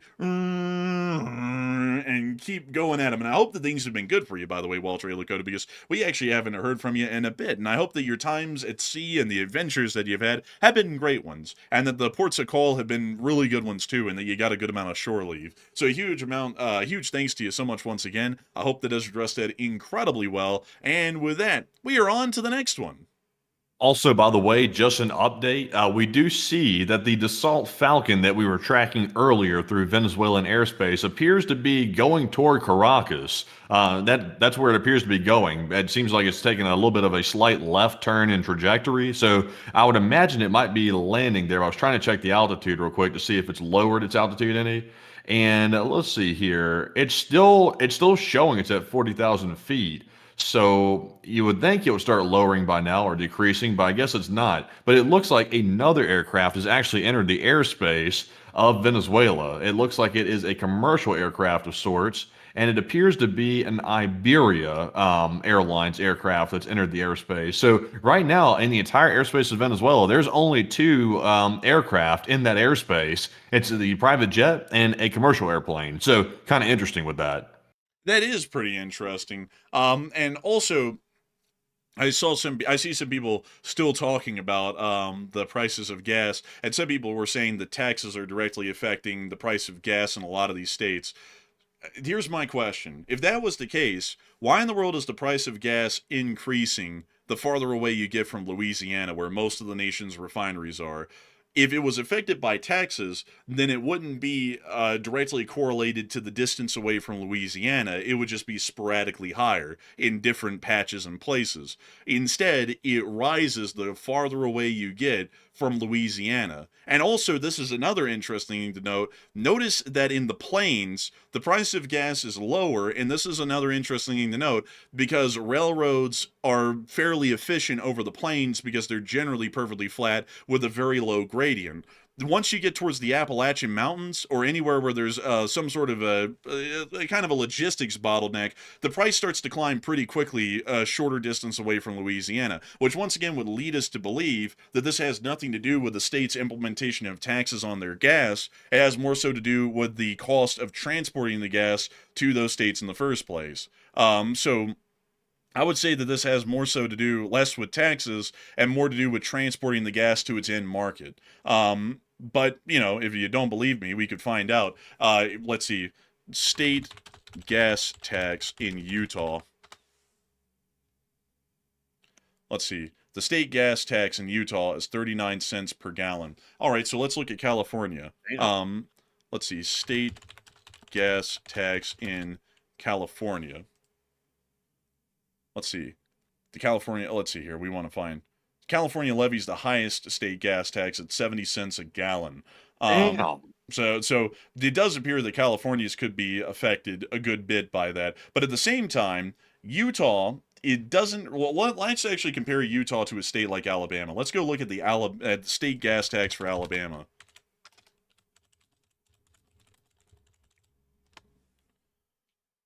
Let's see. 30 cents per gallon. So, as a matter of fact, Utah's is only 9 cents, 9 pennies higher than the state of Alabama.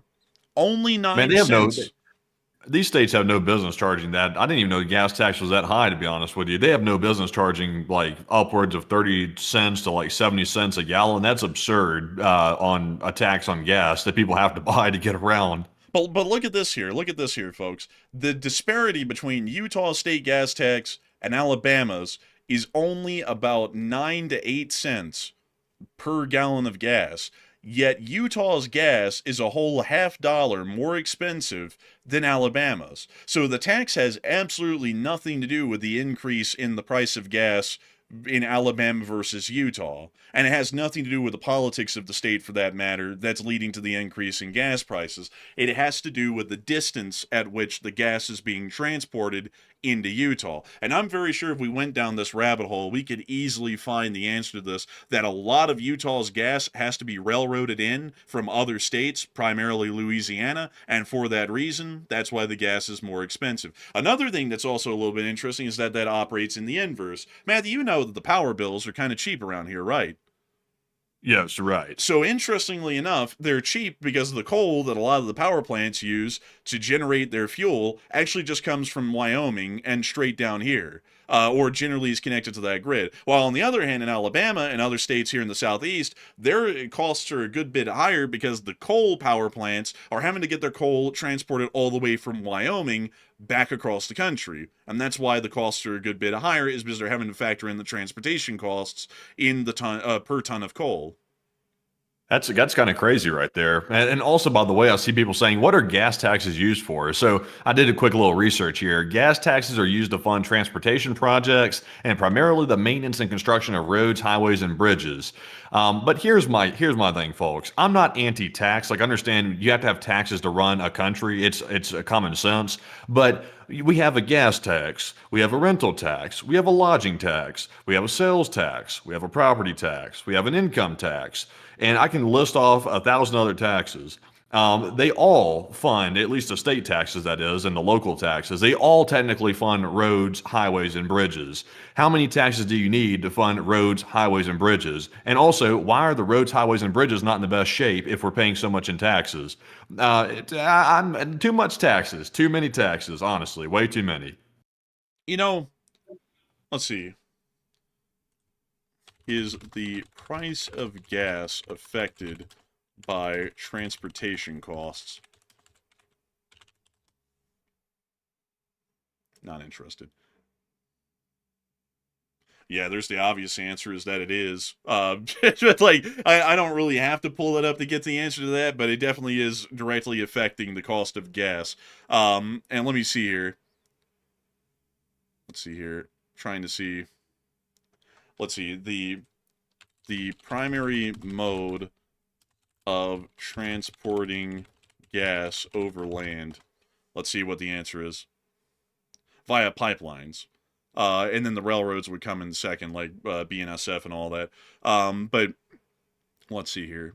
Let's see, volume of refined gas by state. So let's see here. Petroleum refining in the United States. We want to find the numbers. Let's see here. You know, I was just thinking about it. Like right now, if you really calculate up, like for example, if you calculate up what people pay in income tax and also calculate up what they pay in property taxes if they own a house, and then what they pay in the gas tax, also the sales taxes and things like that, and then also like for example registering your car and things like that, which is another version of a tax. I wonder what people's real effective tax rate is if you factor all those taxes in. I wonder what it actually is, because it must be absurd when you really look at it. Because most people think, oh, income tax, that's the main one, because that's the one that most people are familiar with. It gets taken straight out of their paycheck. But if you really calculate all the hidden taxes and the ones that are more or less visible, I guess you could say, it's probably absurd what most people are paying in taxes. It probably is. And also, I saw a lot of people say this, and this is something that we just know is not true because we lived in the South, and this is a big thing that everyone talks about. A lot of people are saying, well, actually, the West Coast produces a huge amount of gas along with every other region. Well, if we look at this map here, this is from 2012, so it's a good bit dated, but still fairly relevant considering the refineries aren't opened up every day brand new, and especially any large ones at that. Every single major refinery in America, the lion's share of them, I would assume about 60% to 70% of them, are all in Louisiana and Texas. This is called Cancer Alley because of the amount of carcinogens that these refineries release into the air down here. And a lot of people do get a high rate of cancer in the state of Louisiana and on the Texas Gulf Coast because of all of the refineries and their endless amount of carcinogens that they're putting in the atmosphere down here. That's just a medical fact of the area. That's why a lot of people don't really like to live in Louisiana, is because you get a much higher rate of cancer. So if you look at this right here, and then look at this, you'll notice that the price of gas is quite literally the cheapest in Louisiana and Texas and Oklahoma, which are the closest to pretty much all of the refineries in the United States. There are hardly any elsewhere. I mean, there are refineries in LA and up near Sacramento, but it's not in the volume or number close to the amount that's in the Gulf Coast area of Louisiana and Texas. And the farther away you get from that epicenter at Louisiana, the more expensive the gas is becoming, no matter where you are in the country. And the geography also has a lot to do with it as well, because the Appalachians, which are generally a fairly significant obstacle to get around, the price starts to rise immediately once you start to get around the Appalachians. Once you get near the Rockies, which starts in Colorado, well, between Colorado and Utah, the price of gas skyrockets directly across the Rockies.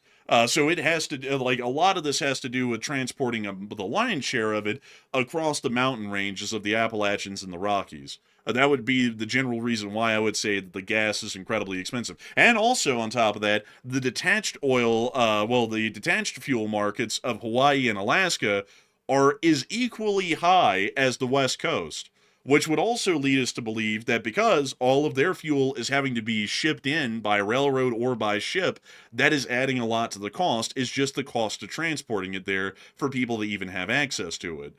So, once again, the issue of cheap gas like, if we say that literally at the distribution source, the refineries, it's low, so we fixed it, that isn't really a metric to work this off of at all. The way to work it would be how much does it cost over the Rockies and how much does it cost on the northern end of the Appalachians. Then if you get the prices low there, you've truly fixed the problem. That's what I think. And on top of that, the majority of the population lives either up here within the Midwest and the Northeast or in the West Coast. And the other third lives here in the Southeast. So the only people who are having the benefit of slightly cheaper gas are in the Southeast. Everyone else is having to deal with higher gas costs nationwide. So I hope that does address that the best I can, at least from the statistics that we're able to pull up and just making sure that we fact check what we're saying here, because it does appear that that is a larger part of the cost than the state's gas taxes. But anyways, with that, we are on to the next one. All right, and our next one here goes to none other than Ari Sawini, also a longtime channel legend and old guard of the channel. And thank you very much, Ari, for that $50 support right there, and we do appreciate that very, very much. And Ari said, still a daily watcher, and wanted to say, you are the best channel. I appreciate the work, and congrats on Headquarters 3.0 and LSA. Hey, it's Kiwi Wife and Finn. Hey!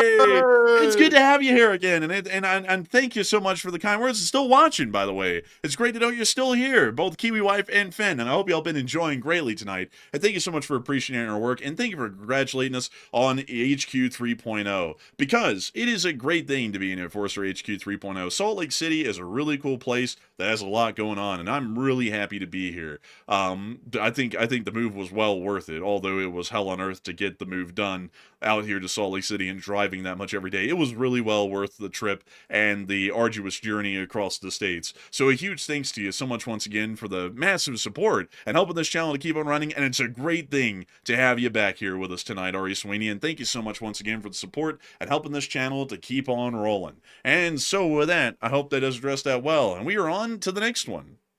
And our next super chat goes to Numerian yet again, the second super chat from Numerian, who puts in at 20. And thank you very much, good sir, for that support. He said, why aren't the Saudi vocal about the blockade by Iran? And do they just wash their hands after the ship moves out and feels no need? And as in, you took the chance to come through the bowels of hell, and now you take the chance of getting stuck in the colon.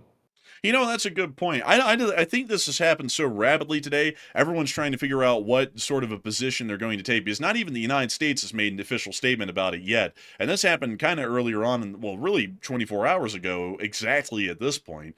So I think everyone's trying to figure out what they're going to do about it and what kind of position they're going to take. And that's why we haven't seen anyone make a statement about it yet. I have a feeling, though, that Saudi Arabia and a lot of the oil countries of the Middle East will be making statements about this soon, as this is affecting their bottom line. And a lot of these countries are monarchies, and so this means that they're not just affecting the bottom line of the general nation's economy, they're affecting the bottom line of the sovereign of these states. So they'll have some sort of a comment to make about it, I'm sure, here within the next few days. And so with that, I hope that does address that the best I can. And a huge thanks to you once again for the support and helping this channel to keep on running. And so with that, we are on.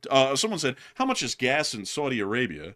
How much is gas in Saudi Arabia? Per gallon. We don't want to do per liter. So it's about $2.33 to $2.35 a gallon. But also you have to give up your, freedom of speech and stuff like that. So it comes at a greater cost. Yeah, and also you could get beheaded at some point, like it's that's actually a punishment if y'all don't know in Saudi Arabia. Capital punishment is death by beheading with a sword in the middle of the street. Usually it's a public execution. So not really a great like I'll say for that reason, just because of the cruelty of the law, not really the greatest place in my opinion. But with that, I hope that does address that well, and we are on to the next one. And our next one goes to Craig Jones, and Craig puts in a 20. And thank you very much, good sir, for that 20 as well, and also helping to keep us running. I do not see a comment attached, but Enforcer, what say you?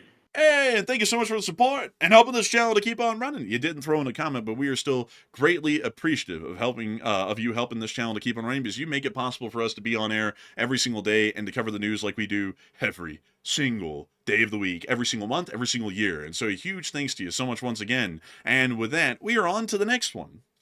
And we also have a 20 from Gray Grimley, and Grimley put in a 20, and thank you very much, good sir, for that support as well. He said, I was reading an article the other day saying how a SBX-1 recently showed up in Hawaii for repairs before being shipped up to Alaska, and do you two think that the Russian spy ship is following that around to know its final location? Possibly. It's possible that you could be following around a whole bunch of stuff, and that could be one of them. So I wouldn't rule it out. I wouldn't say that's a guaranteed certainty that's what it's following, but it's a chance that it may be following that. And so with that, I hope that has addressed it the best I can. And a big thanks to you once again for your support and helping this channel to keep on running. And with that, we are on to the next one. And we also have a 20 from Hokey Redneck, and Hokey put in a 20. And thank you, very good sir, as well for that $20 support. And he said, "Would you ever pull a trigger where down the range is a city?" And I wouldn't. Oh, and absolutely not. Oh, I hell would no. definitely not. Yeah, absolutely not.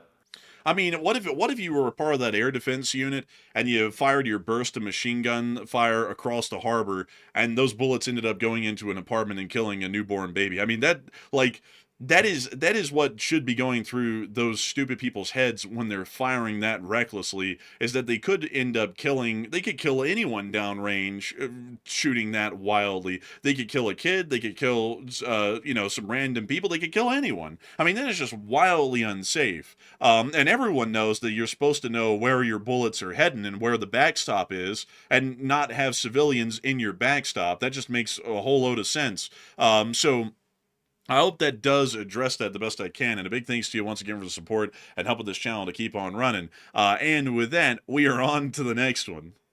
And our next one goes to Truckin' Chef. And Truckin' Chef put in a 20. And thank you very much, good sir. He said, "Good evening, enforcers. And speaking of navigating, why does Montana have the light beacons and all the other ones have closed? And in Canada too, I think. And thanks for the hard work. And I'm glad y'all made it to SOC and LLT, I will say." And long live the Lee Spring Army. And also, can you reread the first part of that question again? Yeah, he said, "Speaking of navigating, why does Montana have the light beacons and all the other ones have closed?" The light beacons. Let me pull that up. Montana light beacons. Let's see. The airway beacon. The airway beacon was a rotating light assembly mounted atop a tower. They were once used for visual navigation by airline pilots. Oh! Oh, this is like the little arrow thing that the Postal Service did. Let me show you all the concrete arrows. Concrete galoshes.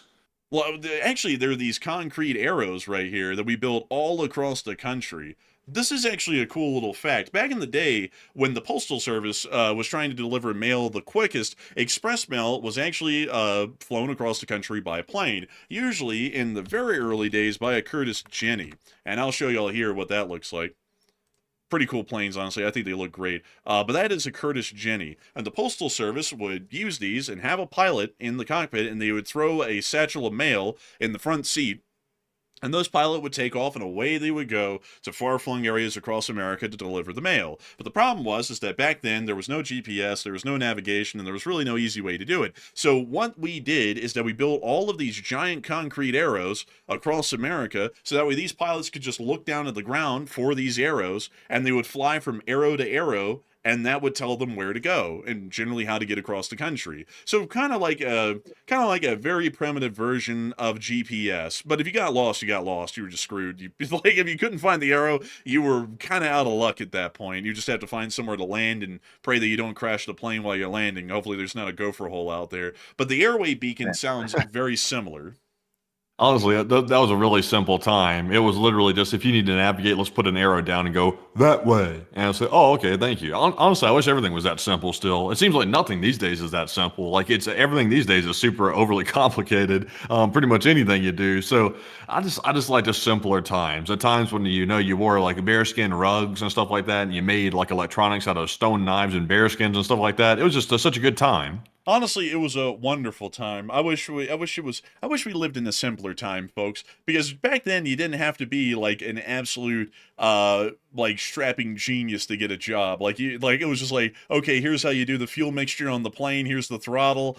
There's no flight school, just take off and follow the arrows, and that was the job. It was very easy to get a job back then, really doing anything. But still, outside of that, it sounds like the airway beacons are similar. I would assume that the reason why they've been discontinued across most of the country is because modern aircraft usually have incredibly good navigational systems and redundancies built in on board. So a lot of these have become generally pointless to use. Even as a double redundancy like lighthouses are at sea, these have probably been phased out pretty much entirely. And that's why I would assume, let's see here.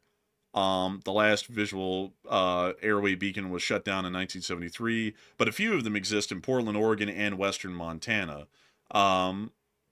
maybe they have them so that way pilots know if the navigational systems failed where they are over the Rockies, basically within this area, like around the area of Glacier National Park, possibly. Maybe that's why they have them, is for that navigational obstacle. Because around Portland, Oregon, there is Mount Hood, so that would be a reason to have the lights, I assume. But that's generally why I'm assuming that most of them were shut down and retired. But once again, actually, you're telling me about something new here. I did not know about the airway beacons, and this is news to me. But they actually do mention the concrete arrows. This one's actually at St. George, Utah. Oh, really? Yeah, this one's actually at St. George. That's pretty cool. You know, yeah, man, I wish we had seen this before we left Birmingham, because I was looking around on the map today at Norris Yard in Birmingham, you know, the place we used to go and watch the trains, and I found this really cool thing right here, which was a part of a mountain ore crusher that was a part of the L&M Mineral Railroad that's sitting out in the woods still.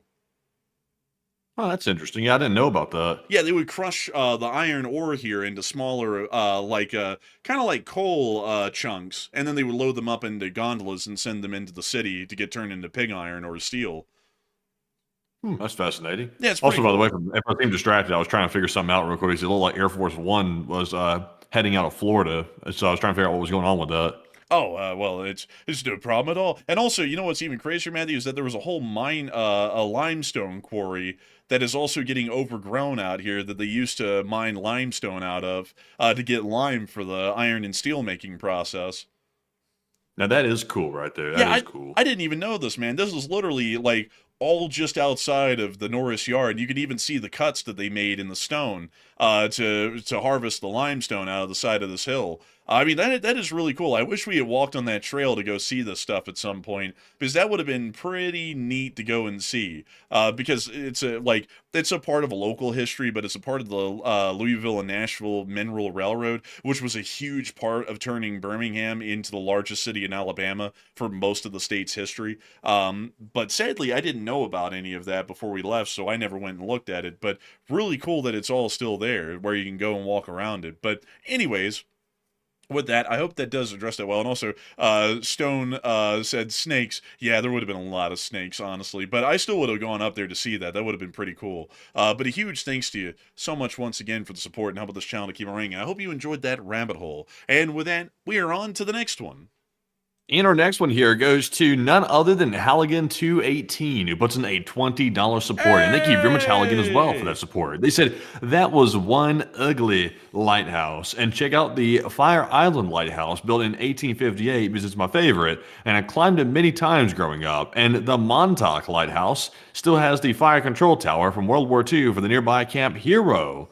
Oh, Montauk Lighthouse. Honestly, Camp Hero is fascinating. That whole Montauk area right there where they operated the military from for a while. That's a fascinating little area. A lot of conspiracy theories off of that little area. I like the Montauk Lighthouse. That's a really nice one. And the Fire Island Lighthouse is really cool. I forgot the design of this one, but it had like the bell, like it was kind of a standardized design, but it has the bell bottom to it, and it has perfectly cut stones. Like they're cut almost like those jointed pieces of wood, and they put them all together, and there's no cement or anything in these lighthouses, but because of the way the rocks, the stones are cut and put together, it holds itself together extremely well. I don't think a single one of these lighthouses with this design has collapsed in history so far, and some of them are getting up to, I think, about 200 years old. I think some of the oldest examples of this lighthouse, and it's really just the craziest thing. Lighthouses are really crazy, honestly, when you look at the history of them, because some lighthouses, like the Lighthouse of Alexandria, did exist in antiquity, but they were incredibly weak and didn't really have a lot of range, so it was really rare to see a large number of lighthouses in the times of antiquity. But past the 1600s onwards, around 1664 onwards, that was when lighthouses really started to catch on as navigational aids, and they really started to catch on once the Fresnel lens came into being, which is a special kind of a lens that they have around the burning essence of whatever's in the top of the lighthouse. And the Fresnel lens has a whole bunch of series of mirrors that directs that light into a beam out at sea, and it's set on a counterweight to spin. The spinning is what makes the light pulse that people see at sea, so that way they can identify that as a lighthouse. But let me see if it mentions what style the Fire Island Lighthouse is. Because I think it probably will mention it. Let's see here. Oh, this is actually a brick one encased in cement, so it's not the stonework one that I'm thinking of. Well, let's see. There's a stonework one that exists in Britain, and it's still there to this day, and I cannot think of the name of this thing. Where in the world would it be? Huh. It's not there. Is it the Flatholm Lighthouse? No, it's not that one. It's a special kind of a lighthouse, and they had a special design to it, the mason work. Apparently, the Fire Island one isn't like that. It looks a lot like it, but it's not it. But it was such a cool thing to listen to, because I listened to the whole history of it, and it was deeply fascinating with how they had to rebuild it 3 times until they got that final iteration, and that one's the one that is stuck around for about 180 years. Actually, I think it's in the Channel, if I'm not mistaken. I think it's somewhere out here on a small island. I just cannot think of it. I just cannot think of the name of the thing. But anyways, a huge thanks to you so much once again for support and sharing with us those cool lighthouses. And really cool to hear that you used to climb up and down this one. It's really a pretty one, actually. And you know something that's even crazier, a little interesting fact about navigation at sea. Did y'all know that the furthest inland deep water port in the United States of America is actually, let's see, Lewiston, Idaho? I did not know that, actually. Yeah, ships travel all the way down the Snake River to this port and actually are able to access it and use it. And this is actually a port that seafaring vessels can reach. So pretty cool with that. It's not barges or anything like that like you would find on the Mississippi. So really cool, honestly. I was like, wow, that's a neat thing to know. But anyways, with that, we are on to the next one. And our next super chat goes to Obi-Wan Bulgogi. And thank you very much, Obi-Wan, for that $20 support. And we do appreciate that very, very much. And he said, I love the show, guys, and the Rodney impressions. And please keep them coming. And here's a little scratch for the Costco Chicken Fund. And also thoughts on a long-term Israeli cloud seeding campaign over Iran to reduce rainfall totals. Oh, man, I'm telling you, I get no respect around here. I'm starving to death, and he gives me a Costco chicken. Oh, man, I'm telling you. But still, a huge thanks to you for the kind words and the support. And maybe we could do something like that to try and mess with the, well, maybe the Iranians could do that to try and get a little bit of rain to fix their situation. But they'd have to see. They'd have to... I think Obi-Wan's saying, though, I think he's saying, is Israel doing a long-term cloud seeding operation to reduce rainfall totals? I think it works the opposite way, actually, Obi-Wan. If you cloud seed, typically that is the formation of clouds. If you go and, like, I guess you could say, burn certain chemicals in the sky, it'll naturally attract moisture and create those clouds, which then turns into rainfall, and most times. I don't think it reduces rainfall, though. I don't think. Yeah, it actually does increase rainfall from what I know, and that's why I was like, I don't know, maybe they could do that to get themselves some rain. I don't think it ever has reduced rain, though. I think it's always increased the chance. So maybe the Iranians could do that to fix their situation, but I don't think the Israelis could do that to screw them over. But I do thank you so much for the support and helping this channel to keep on running, and I hope that does address it the best we can. And also, I got to give a big shout out to the person who put this in, because you actually got the one. This is the lucky ticket, and unfortunately I cannot find the person who put this in. I always hate that when that happens, but a big shout out to whoever said the Eddystone Lighthouse, because this is the one. And it is near Devon. I should have known because it wasn't the channel and I just wasn't looking in the right place. But this was the original lighthouse that was there in the 1600s. And obviously this one fell into the sea because it was of poor construction. I really don't know what the hell this thing was supposed to be, but it was apparently an early lighthouse. But every single lighthouse that was built on this little rock here kept on getting swept away, no matter how well they tried to build it. So this guy, and if I remember correctly, I think he's mentioned down here somewhere. I think it is actually Eddystone who made it. But let's see here. Yeah, it's this one. This is Douglas's lighthouse, made by James Douglas. But this is the one that was made out of the perfectly cut stones. And when you put them all together, they slide together kind of like Legos, almost. It was so strong that no matter the waves, the lighthouse just could not be toppled. It could not be swept to sea. And that's actually the foundation of the other lighthouse that existed before this one. They dismantled that one and then built this one right alongside it. But a really interesting sort of piece of civil engineering. And it's really crazy to think that it's still surviving to this day on this tiny rock that it's built on top of, because here's a picture of it from 2005. And the top has been heavily modified. There's now a helipad on top, and the lighthouse is completely unmanned. But the sea swells here can get extreme. You'll see those areas where there's like these streaks down the sides of the lighthouse. That is how high the waves can ride up the side of this lighthouse from how strong they are. So just imagine the force of that slamming on into a lighthouse over and over and over, hundreds of times a day, every single day for over 180 years, and this thing is still standing after being under such immense pressure. I mean, that is really a work of engineering right there. Truly incredible stuff. But anyways, with that, we are on to the next one. All right, and our next super chat goes to James Hughes, who puts in a 20 as well. And thank you very much, James, for that $20 support and also helping to keep the channel running. And he said, will the USA build nuclear power super cruisers again to support shipboard lasers? And the AB class destroyer can only use one laser at a time, and the DDS destroyers can only use 2 lasers at a time and have an ear cost over $3 billion.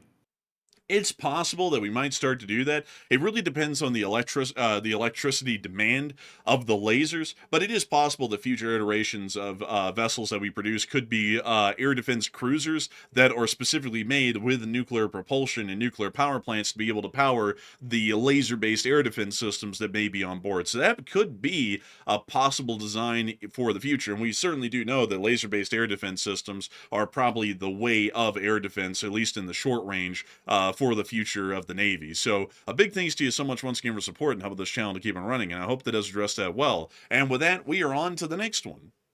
And we also have a $20 support from WS, who said, what's the weather forecast for the weekend in the Caribbean? And did Dr. Bubba say he's going to get blown hard down there by the wind? Coffee, pizza, and couch fund. Hey, and thank you so much for the couch fund. Let's not do that though for some people. But a big thanks to you once again. And as far as the weather is going, I think I actually wouldn't know. Let me go pull that up. Actually, weather in the Caribbean. Caribbean weather. Let's go take a look. It looks good. Looks fine down there, actually. I don't know where that Category 5 went. I guess it just kind of disappeared. But I think they harped it away. Probably did. It's gone. Like, it's completely gone. I don't know what happened to it. But the weather... what's that ticking noise? I don't know. I'm hearing that, too. Is that you? No, it's not me. Like I was thinking it was you, but beyond that, it appears that the weather is perfectly clear down there. So it looks like it's perfect for a military operation, or a war, as I'd like to call them. But with that, a big thanks to you once again for support and helping this channel to keep on running. And with that, we are on to the next one. It was like a little like electrical sound. It was like a little tick, tick, tick. I don't even know what that was. Like I could hear it through the speakers. It sounded like it was coming from your end, though. It wasn't definitely happening over here. But jumping into our next one, this one goes to 9LOMM, who puts in a $20 support, and thank you very much, 9LOMM, for that support. And also, people are saying usually when you hear a ticking sound, that's not good. Honestly, that is never good to hear that usually. But 9LOMM said, man, you better not make fun of my goat, Vernon Supreme. I'm going to lose it. And LSA. Oh man, Vermin Supreme. I can't even pull up a picture of him on YouTube. I don't think they'd like that because I think he has a certain tattoo on his forehead. But beyond that, I do thank you so much for the support and helping this channel to keep on running. And unfortunately, I really don't have any jokes for Vermin Supreme. He's kind of like a walking joke. So it's really hard to make fun of him because he doesn't take himself seriously enough to be made fun of. So I hope that does address it the best I can. And a big thanks to you once again for support and helping this channel to keep on running. And with that, we are on to the next one. And this one goes to Sligoy the Sauce, who puts in a 20. And thank you very much, Sligoy, for that support. They said, did you see the spider web of fiber cable on that guy's gun? And I did, actually. He was actually like having to like fight it off like a spider web. And Sligoy said, the group that almost got hit by the drone and jumped out and then got back in. And wow. Honestly, that whole clip was crazy, and they were so lucky that that thing skimmed right by him and didn't hit the cart. Because if it had hit the cart, it would have been a nasty business. But beyond that, I got to thank you greatly for the support and helping this channel to keep running. Because if it wasn't for folks like you, we wouldn't be able to show crazy clips like that of the Ukrainian armed forces and their day-to-day for the battle of survival of their very own country.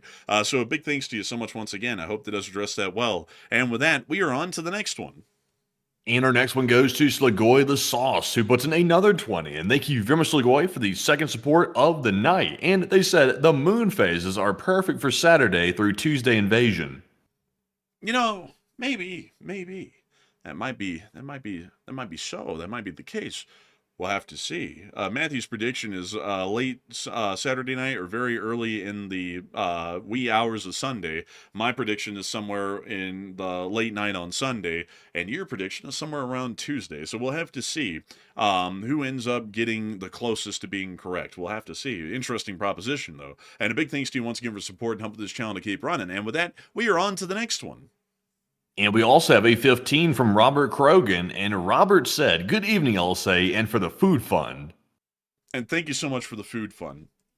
I really do like food. Do y'all know how much food there is in Salt Lake City? It's an endless amount of food. I'm not even kidding. It's truly endless. I haven't found the bottom of the pit yet in terms of restaurants. There is an endless supply of them around here. And we've hardly even scratched the surface on actually taking a look at them.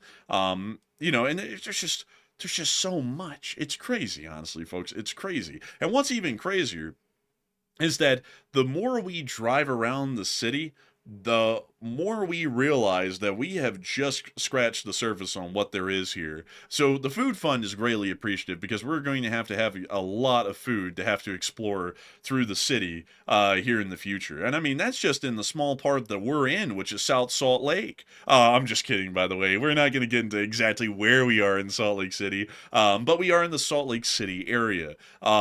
And it is a great area and an interesting one. And you know what's even crazier, folks, is that Northrop Grumman and some of their testing sites are right out here, right in this western corner of the city. That's pretty cool, actually. But what are they really testing out there? I don't know. But they also have a amphitheater right here, right next to the Northrop Grumman Innovation System and Testing Center. You can go to this amphitheater. That's pretty cool. That is kind of cool. I actually didn't know that that was there. Or you could go to the Utah Olympic Oval. Oh, wow. This is from, like, the old Olympics. Oh, really? They had the Olympics here one time? I think they had the Winter Olympics in, like, 1984. Let's see. Winter Olympics. Let's see. 1984. Is this the one that was in Salt Lake City? This is in Sarajevo. That is not in Salt Lake City. Let's see. Winter Olympics. Salt Lake City. Let's see here. The Olympics were held, I think, in Salt Lake City at some point. Let me just put in Olympics, Salt Lake City. In 1989. 1989, was that when it was? I think some people were saying 89. Some people were saying 99. Let's see here. That was in Calgary. Let's see.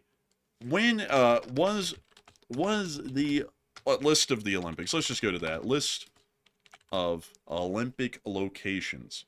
So 2002. Was it 2002? Was it? Was it? It was. It was 2002. Look at that. We got it. We finally got it. 2002. That's when it was. That's when it was, folks. 2002. 2002. So that's when it. So apparently this is somewhat new. And I'm guessing that this whole place was built for the Olympics over here. So that is really interesting. What is the Element Event Center? What is this? This super sci-fi looking stuff here. Goodness, this is actually really nice. It's like a big gym or something along those lines. It's wow, that is, yo, that's that Denver airport horse. It sure is. Also, as you know, speaking of testing stuff, since we were talking about Northrop Grumman and stuff like that out there, testing stuff, did you know that over the mountain, over the western mountains, if you're in Salt Lake City, you have Dugway? Dugway is not only a chemical proving ground where they test chemical weapons and also store them and develop them and things like that. It's also a place where, from time to time, they actually do test certain types of aircraft out there as well. Interesting. I actually didn't know that. That's news. Yeah, drones and things. Drones and things, huh? Drones and things. It's like a Zaxby's meal, like wings and things, but you get drones and things. Man, drones and JDAMs. Like that's what it is. The side is a JDAM. But that is very interesting. That is very, very interesting. And a lot of people are saying the Enforcer was only a spec in 2002. That's right. I was actually born in 2002. So the Olympics in Salt Lake City happened in the year I was born. So that's actually wild that it was that long ago. And they're coming back here in the future. Salt Lake City is going to be holding the Winter Olympics. And I think it should show that here. Yeah, Salt Lake City in 2034, that's actually a pretty damn good ways away, but in 2034, they are going to be holding, I believe, the Winter Olympics here again. Actually, it looks like there's a decent lineup of cities that have already placed their bids and won for the Olympics. So the next place the Olympics will be held will be in Milan, in Italy. And then from there, it'll be Los Angeles, and then the French Alps, just in general, for the Winter Olympics, and then Brisbane for the Summer Olympics, and then Salt Lake City for the Winter Olympics. So if we're still around in Salt Lake City, that is going to be pretty interesting to know that the Olympics, the real Olympics, are going to be here. Because we had like the World Games or something when we were in Birmingham, which was not really like the Olympics, but it was still kind of there a little bit. But the city of Birmingham kind of fumbled a lot of stuff getting prepared for that. Like nothing was paved yet, and everything was supposed to be paved, and none of it was. So, you know, it is what it is. And also, the United States of America has hosted the Olympics the most times out of any other nation on the planet. 10 times. Wow. That's a lot. Wow. Oh, wow. Anyways, the ballroom's coming along really good. It's coming along great. It was the error we have the special trophy. It's a trophy that you use a key to unlock. Oh. Wow. Oh, wow. That's great. Anyways, I'm off. I'm off to see the wizard, the wonderful Wizard of Oz. But it's honestly, that was starting to turn into Mr. Krabs right there. But anyways, with that, look, Matthew, Japan was supposed to hold the Summer Olympics in 1940. I wonder what happened in that year that stopped the Olympics from happening. Yeah, I wonder what happened. I'm sure it was nothing. Anyway, so that we are on to the next one. All right, so our next super chat goes to none other than Jenna, last name Tolls, who puts in a $10 support, and thank you very much, Jenna, for that support. They said oranges and bubbas sitting in trees, but never mind. That is a story for another time. Right now, I have the succulent-looking couch. But beyond that, a big thanks to you for the support and helping this channel to keep it running. What are the charges? Having a romance? A romance with a succulent love seat? How dare you, sir? Get your hands off my love seat! Man, this is the bloke who touched me on the love seat. What have you done to my couch? What have you done? It's more like what I haven't done, but Man, I tell you what, those cushions sure do look plush. Man, I gotta tell you, man, that couch got a double dump truck. The way those cushions be looking around. Is that suede on that couch? Is it upholstered in the finest fabric? The suede? That can't be. Oh man, I'm telling you, that couch there. I tell you what, it can go walk on the runway. Oh my God. Does that couch have mahogany legs? Does those legs go all the way up? Only the finest upholstery. Man. Oh, man. Does the fabric match the cushioning? Honestly, man, we need to stop right there and just get on to the next one. But that's enough of the couch jokes, everyone. Enough of the couch jokes. But with that, we're on to the next one. And our next one goes to Christopher Babb, who puts in a 10. He said, this whole Venezuela thing feels like a precursor of training for a campaign against China, maybe? Possibly. Actually, that's the second time that that's been brought up tonight. And I'm guessing that that's a prevailing idea that this could be the warm-up for a war with China. And I'm not going to rule that out. That's certainly possible that this is kind of in a way, seeing if Force Design 2030 is going to work in practice or not with the Marines, and also how the Navy and the Marines will work together in a more island hopping or more detached naval-based sort of an environment. Possibly. That there's a likelihood that that could be the case. So with that, a big thanks to you so much for the support and helping this channel to keep on running. And of course, it is folks like you who help to make this channel possible and help us to keep this thing rolling. And so with that, we are on to the next one. And up next, a big shout out to Tagvery for putting in a $10 support. And thank you very much, Tagvery, for once again helping to keep the channel running. And we do appreciate that. And we also have a 5 from Bennett Martinez. This is a question from last night, by the way. We're getting to it tonight. And Bennett said, the question was, World War II Brit vet said the war wasn't worth it, and thoughts. And that was a super chat last night. And I would have to say, I guess that person drank the Kool-Aid because, you know, if, the thing with everyone saying, like, and this is a fairly common statement about people saying World War II wasn't worth it. The alternative is that the Nazis would have won and that guy would have been dead in the camp. So it's either he has what he has now or he would have been dead long before he could even formulate that opinion. That's really how it works.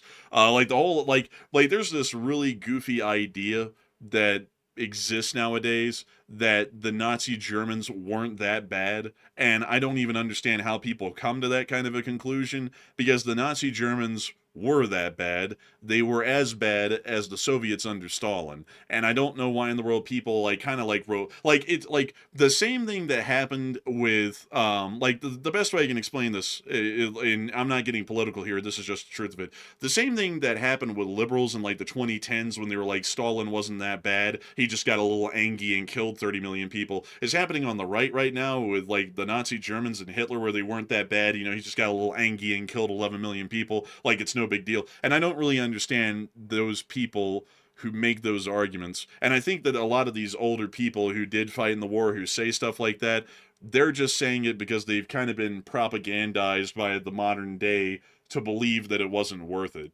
You know, and it's like, did they really give us a choice? I mean, like, did the Germans give us a choice to not fight that war? No. They forced us to. I mean, they literally declared war on the United States, went out of their way to do that. They went to war with Poland. They invaded Poland when the British and French said, you're not invading Poland and you're not taking the free city of Danzig. The Germans invaded anyways and forced everyone in Europe into the Second World War. They invaded the Soviet Union and gave them no choice. So why, the thing about that is, like, that guy says that, and other people like him say that, like there was a choice. There was no choice. Germany went to war with them, not the other way around. It's not like they had an option. They had to fight, because these people were going to take them over. So with that, I hope that addresses that in my opinion, because I don't get behind that sort of sentiment at all. And I just don't get it at all, because it's like the alternative is that the Nazis would have won, and then most everyone who's alive right now would probably have never been born, because their predecessors would have been killed or genocided by the Germans. So it's like, is that really a future worth saying that was better than what we have now? Absolutely not. Nowhere close even. That's terrible. And also on top of that, the Nazi government was just absolutely stupid. Their economic model of autarky would never work. Their social concepts were absolutely ridiculous. They were like, and also another thing that's really goofy is that a lot of people just whitewash this about the Nazis. Some people in the modern day pretend like the Nazis were like this defender of the Christian faith, and I guess a lot of people don't know this, but all the top Germans were like these weirdo Norse pagan people, like the kinds who would, like, you know, when a German soldier would die, instead of putting a cross over their grave, although they were Christians, they put like a pagan rune over it. You know, it's like that kind of stuff. I don't know if a lot of people know that about them, but they were whacked from top to bottom. Like, their theories that they believed in were just like absolutely mental. Like, everything about them wasn't good. So I would completely disagree with that statement. But still, with that, I hope that does address that well. And with that, we are on to the next one. And our next one goes to Reborn the Fallen, who puts in a 5. And they said, time for Operation Praying Mantis 2. And I agree. Time for Operation Praying Mantis 2.0. This time we're going even farther against the Iranian Navy than before. And so big thanks to you so much once again. I hope that does address that well. And with that, we are on to the next one. And we also have a 5 from Super Creech, and they said, "Hello, men, aka Super Creech, and good to see you once again." They said, "I hope the move is to your liking," and it is. And what's next after oil and military targets for their long-range weapons and LSA? And big thanks to you for the support, Super Creech, and great to have you here tonight. An old guard and a channel legend. And as far as what would be next after military targets and oil refineries, that really is it. They would just sustain attacks against those targets until the war was over, because that's really the only priority targets worth hitting. Or they could move on into the energy infrastructure like power plants and generally places like that. But the Ukrainians don't really seem to put a premium on those for humanitarian reasons. They do hit them from time to time, but they're not trying to send the whole country into a blackout. And I generally respect that, and I think that that should be respected, unless if it was considered to be necessary for the war effort at that point. So with that, I hope that does address it the best I can. A big thanks to you once again for a great question. And with that, we are on to the next one. And we also have a 5 from Nick, and thank you very much, good sir, as well, for that $5 support. He said, "I think posturing to Venezuela so much is also a show of force to China, and they've got a lot of the Belt and Road stuff going on down in the Caribbean." And they kind of do to a degree. China is trying to implement that sort of a model in the area, especially with Panama. They were doing that in the past, not anymore. And so I would definitely agree with you, and I think that there is a good amount of posturing involved there, but I think we should make that clear. We shouldn't be hiding behind this whole "we're fighting the cartels" hocus pocus. We should be saying that this is to go up against the Chinese and the Russians. So I hope that does address that well, at least in my opinion, and a big thanks to you once again for supporting this channel and helping it to keep on running. And with that, we are on to the next one. And this one goes to Atrocious, who puts in a 10. And thank you very much, Atrocious, for that support right there. That's very nice support right there. It's not atrocious, but the Atrocious said, "What brought you to Utah?" And all 3 of my wives did. Well, it's generally the mountains, the scenery, the city, the things to do, the cost of it, and also the resources for YouTubers that exist out here. There's a lot of reasons to come out here, and I'm gonna be honest with y'all, I do not regret coming out here at all. We've been here for about close to 2 weeks, just about, and I would say that it was well worth moving.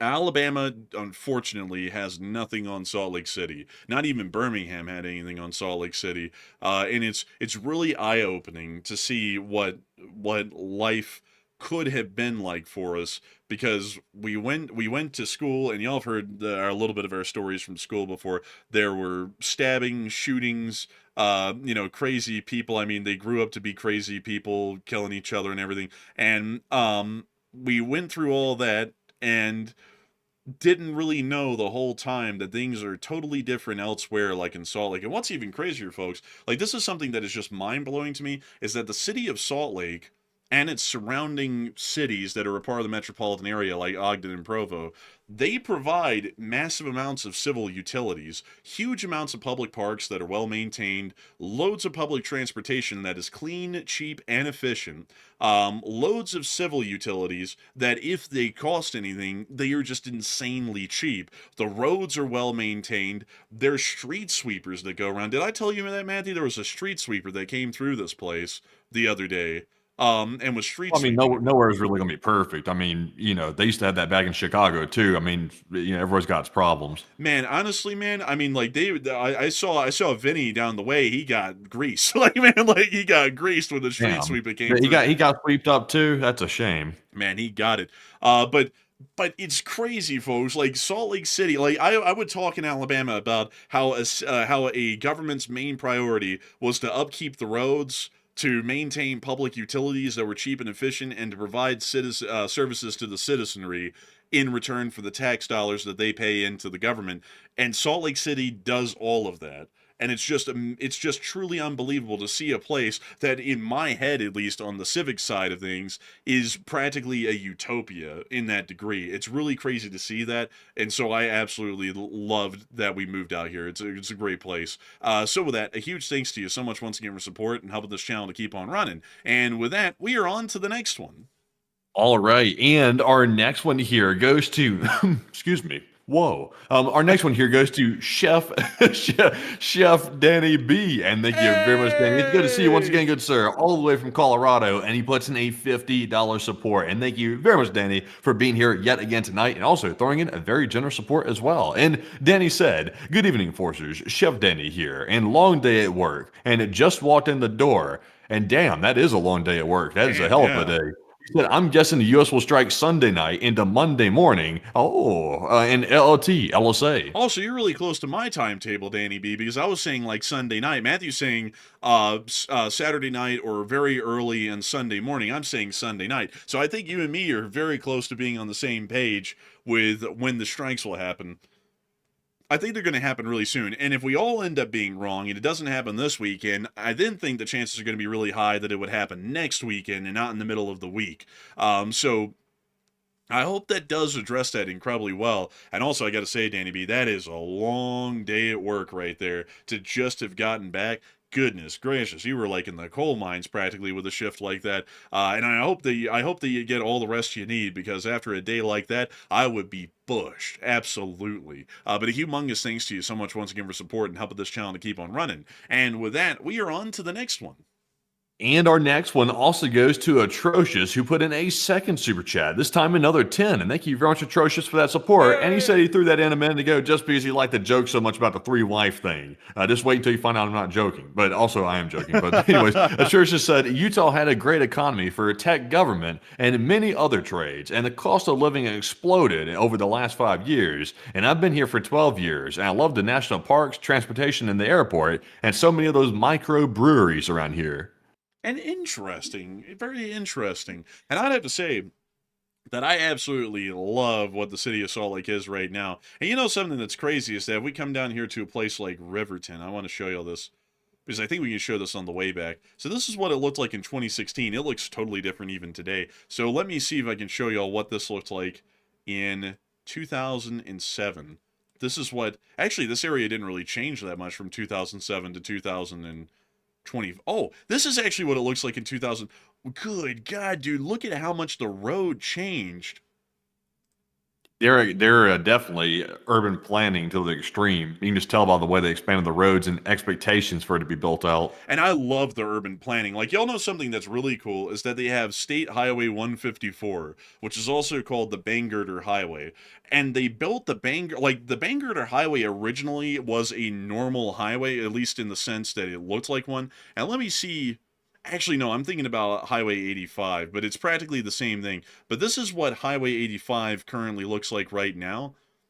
And it's your normal sort of a highway with the red lights and stuff down the middle, but the Bangirder Highway is deeper within the more populated areas of Salt Lake and pretty much travels its whole length from Salt Lake City International Airport all the way down here to Riverton. So what they have done recently, and this is so cool, you wouldn't see this in Alabama, they built Highway 154, the Bangirder Highway, like an interstate. So there's no red lights on it, and there's only overpasses with exits. So the traffic is a continuous flow, and there's no red lights to build up traffic or congestion, which is just so insanely smart. Because in Birmingham, we had a very similar highway, which is Highway 280.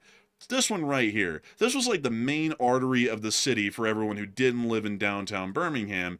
And most of Highway 280, all the way up to about right here, which is where it merges onto Montgomery Parkway or Montgomery Highway, and then it turns into the 280 overpass, which is like Bangirder Highway from there on, but practically no one lives in that area.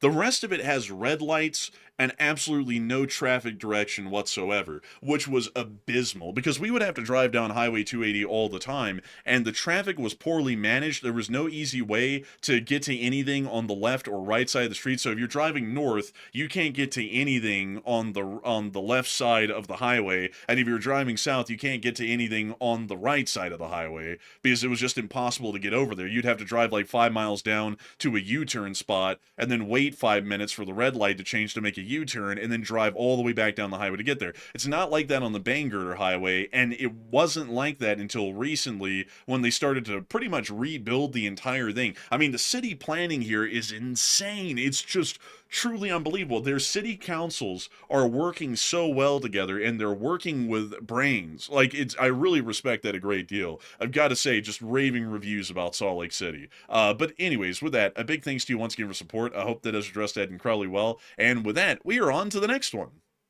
All right, so our next one here is going to go to none other than that mom who puts in a $20 support. And thank you very much, that mom, for that $20 support. And also, it's good to see you once again. And they said Venezuela has to pop off with enough time to wrap up before the stock market's open. And hope you're well and call you family. Hey. And honestly, I'll tell you this, that mom, you are on to something with that, because that's why I'm generally going with the Saturday night to Sunday morning time frame. In my personal opinion, that's a factor in the hunch. They need to give the markets enough time to be able to adjust to the strikes in Venezuela. 24 hours is a good time for people to generally get it in their heads that war is kicking off. You don't want to do it too close to market open, because if you do it too close, the panic might still be setting in a little bit too much, and the market might sell off, which is not good for politics. So I think they're going to try to do it around the time I'm saying, personally. But Enforcer, what say you? And that is an interesting idea, that mom. Maybe Matthew does have some merit with the Saturday night timetable, but I'm still going to go with the Sunday night timetable, because I just feel like there has to be a little bit more prep time before they actually start the strikes, but I might be wrong. But still, a big thanks to you for support, and we will call the family to tell them what's going on, because they're still back in Bama, and we're out here in Utah. But a humongous thanks to you so much once again for the support and helping this channel to keep on running. And with that, we are on to the next one. And this one goes to Dunkel X, who puts in a 5. And Dunkel said, love you boys, and keep up the great work, and enjoy the beauty of Utah, and take one from the chat, and Slav Ukraine. Hey, and thank you so much for the support, and we are enjoying Utah, and we will make sure to take one from the chat in your honor. And so what do we got? So the one from the chat here, is going to go to none other than Live Animal, who said, do y'all have any plans for the upcoming nuclear apocalypse, or you don't? My plan for the nuclear apocalypse is to make sure I don't forget my sunglasses, basically. That's pretty much it. That's honestly all you really can do. Because, I mean, what are people really going to do? I mean, unless you're like a billionaire that's like invested in a underground bunker or something, then what's the rest of us going to do? I mean, pretty much nothing. And also, at that point, if the nukes are flying like that, which would be like the worst possible scenario that could ever exist, I mean, do you really want to go into the bunker, or do you kind of just want to, like, you know, tough it out on the surface? Me personally, I'm gonna head it on like a man and just sort of like put the sunglasses on. But Enforcer, what say you? I'm driving up to Hill Air Force Base, and I'm sitting right out of the gate perimeter, so that way I'm right in the epicenter of the explosion. That's what I'm gonna do.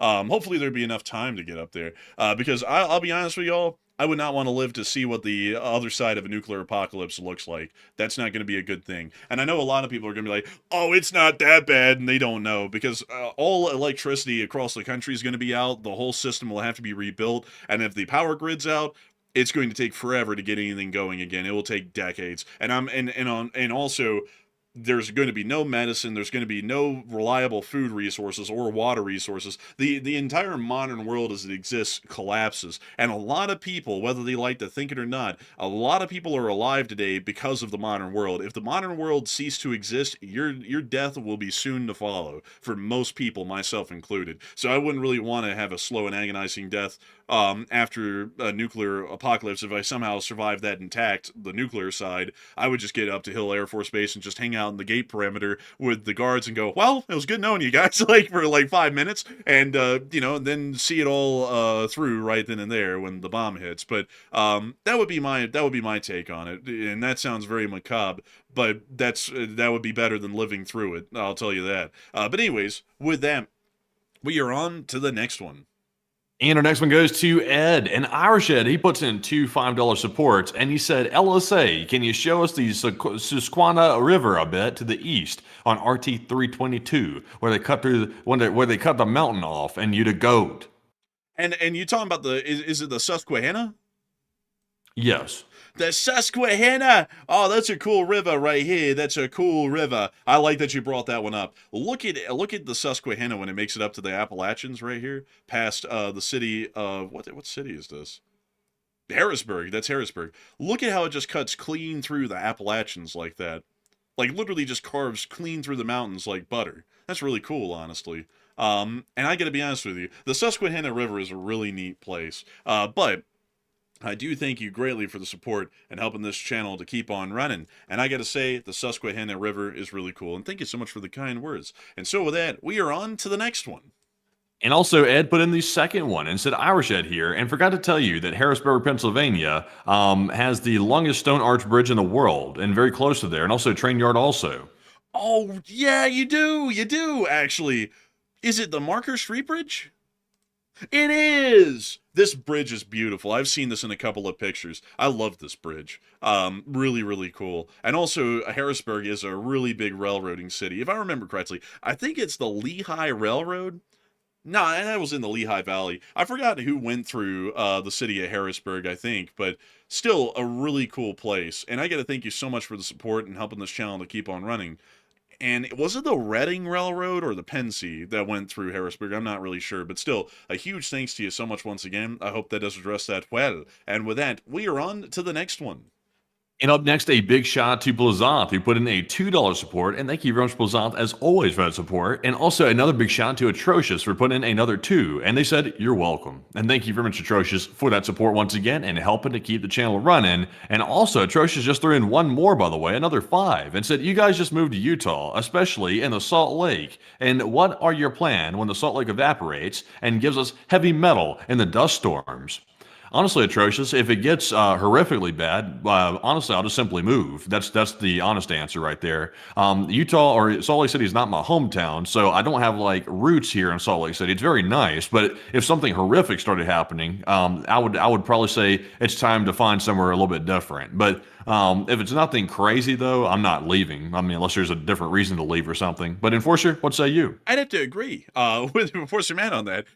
But if it got really bad, I'd just pack up and move. If it stayed okay, I just stay here. It's not too bad of a place, honestly. But big thanks to you once again for the support. And with that, we are on to the next one. And with that, folks, it is now time to grab our Morse code decoders of the stream and also some live chat questions. So let's jump right into our Morse code decoders. And tonight we had Paul Schultz, Kevin J, Mason Miami, Joni Dog, Norm Pritchett, Arabella Garbo, Heroic Fluffiness, Kush, Cobertech, Siren, Brian Blairstown. And they said the Morse reads, Iran is playing with fire, and the U.S. is about to fire on Captain Crack Sparrow and LLT, LSA. And that is the sound of money. Y'all got that dead on the nail. That was the Morse code message of the night. I got to congratulate y'all impressively for getting that correct. It's truly an amazing and wonderful thing to know that the Least Spring Signal Corps is still getting that dead on the nail each and every single night. So big congrats to y'all once again. And with that, folks, due to time constraints, unfortunately, we will have to be getting 3 live chat questions and the super chat from Chef Danny B. We will be getting that super chat first, the 3 live chat questions, and then we'll be rounding this thing on out for the night. And so, Matthew, what do we got? And Chef Danny B puts in another super chat, this time a $20 support, and thank you very much, Chef Danny, for that support once again. And he said, Chef Danny again, and if everything starts flying, you'll got to go live, and we will spend our last moments live with the beautiful people of the LSA and the Enforcers, of course. Honestly, Chef Danny, that sounds like a good idea to me. I say flip that live stream on and live stream that thing right there. I tell you what, nothing like a little live stream in the midst of that. That would be quite interesting, actually. Wouldn't that be something else? Be like, wait a minute, Enforcer, breaking news. The first Minuteman fired from California in Russia. It's heading out that way. Honestly, that would be insane. And, you know, the crazy part is there would be no critics of the channel or anything like that, because after that happened, it's kaput after that. So the critics don't have much airtime to air their complaints out. But Enforcer, what say you? Man, I would bet you money, man, that in the middle of that, someone would be in the comment section going, why are you criticizing our president? There is no nuclear war. Like in the middle of us getting nuked. I would promise you, man, I would put money on it. But that is still an interesting idea. Maybe we'll do that instead. That also would be a lot quicker. But also, I'd have to let y'all know, folks, as like a positive note on that, the intro would be significantly shortened, probably to just the national anthem if that happened. So y'all wouldn't have to wait too long for us to go live on air at that point, because there wouldn't be that much time left. So, so with that, I hope that does address that well. A huge thanks to you once again for support, Chef Danny B, and helping this channel to keep on running. Because if it wasn't for folks like you, we wouldn't be able to make this channel possible and keep this thing running. And so with that, it's time for us to move on to the third to last question of the night. All right, and this one is going to go to from the live chat. This one goes to, I'm trying to pick the best ones here. Let's see here. There's a lot of good ones. Let's see here. This one goes to Oigus, who said if they get completely disconnected, could they finally use a tactical nuclear weapon on Ukraine?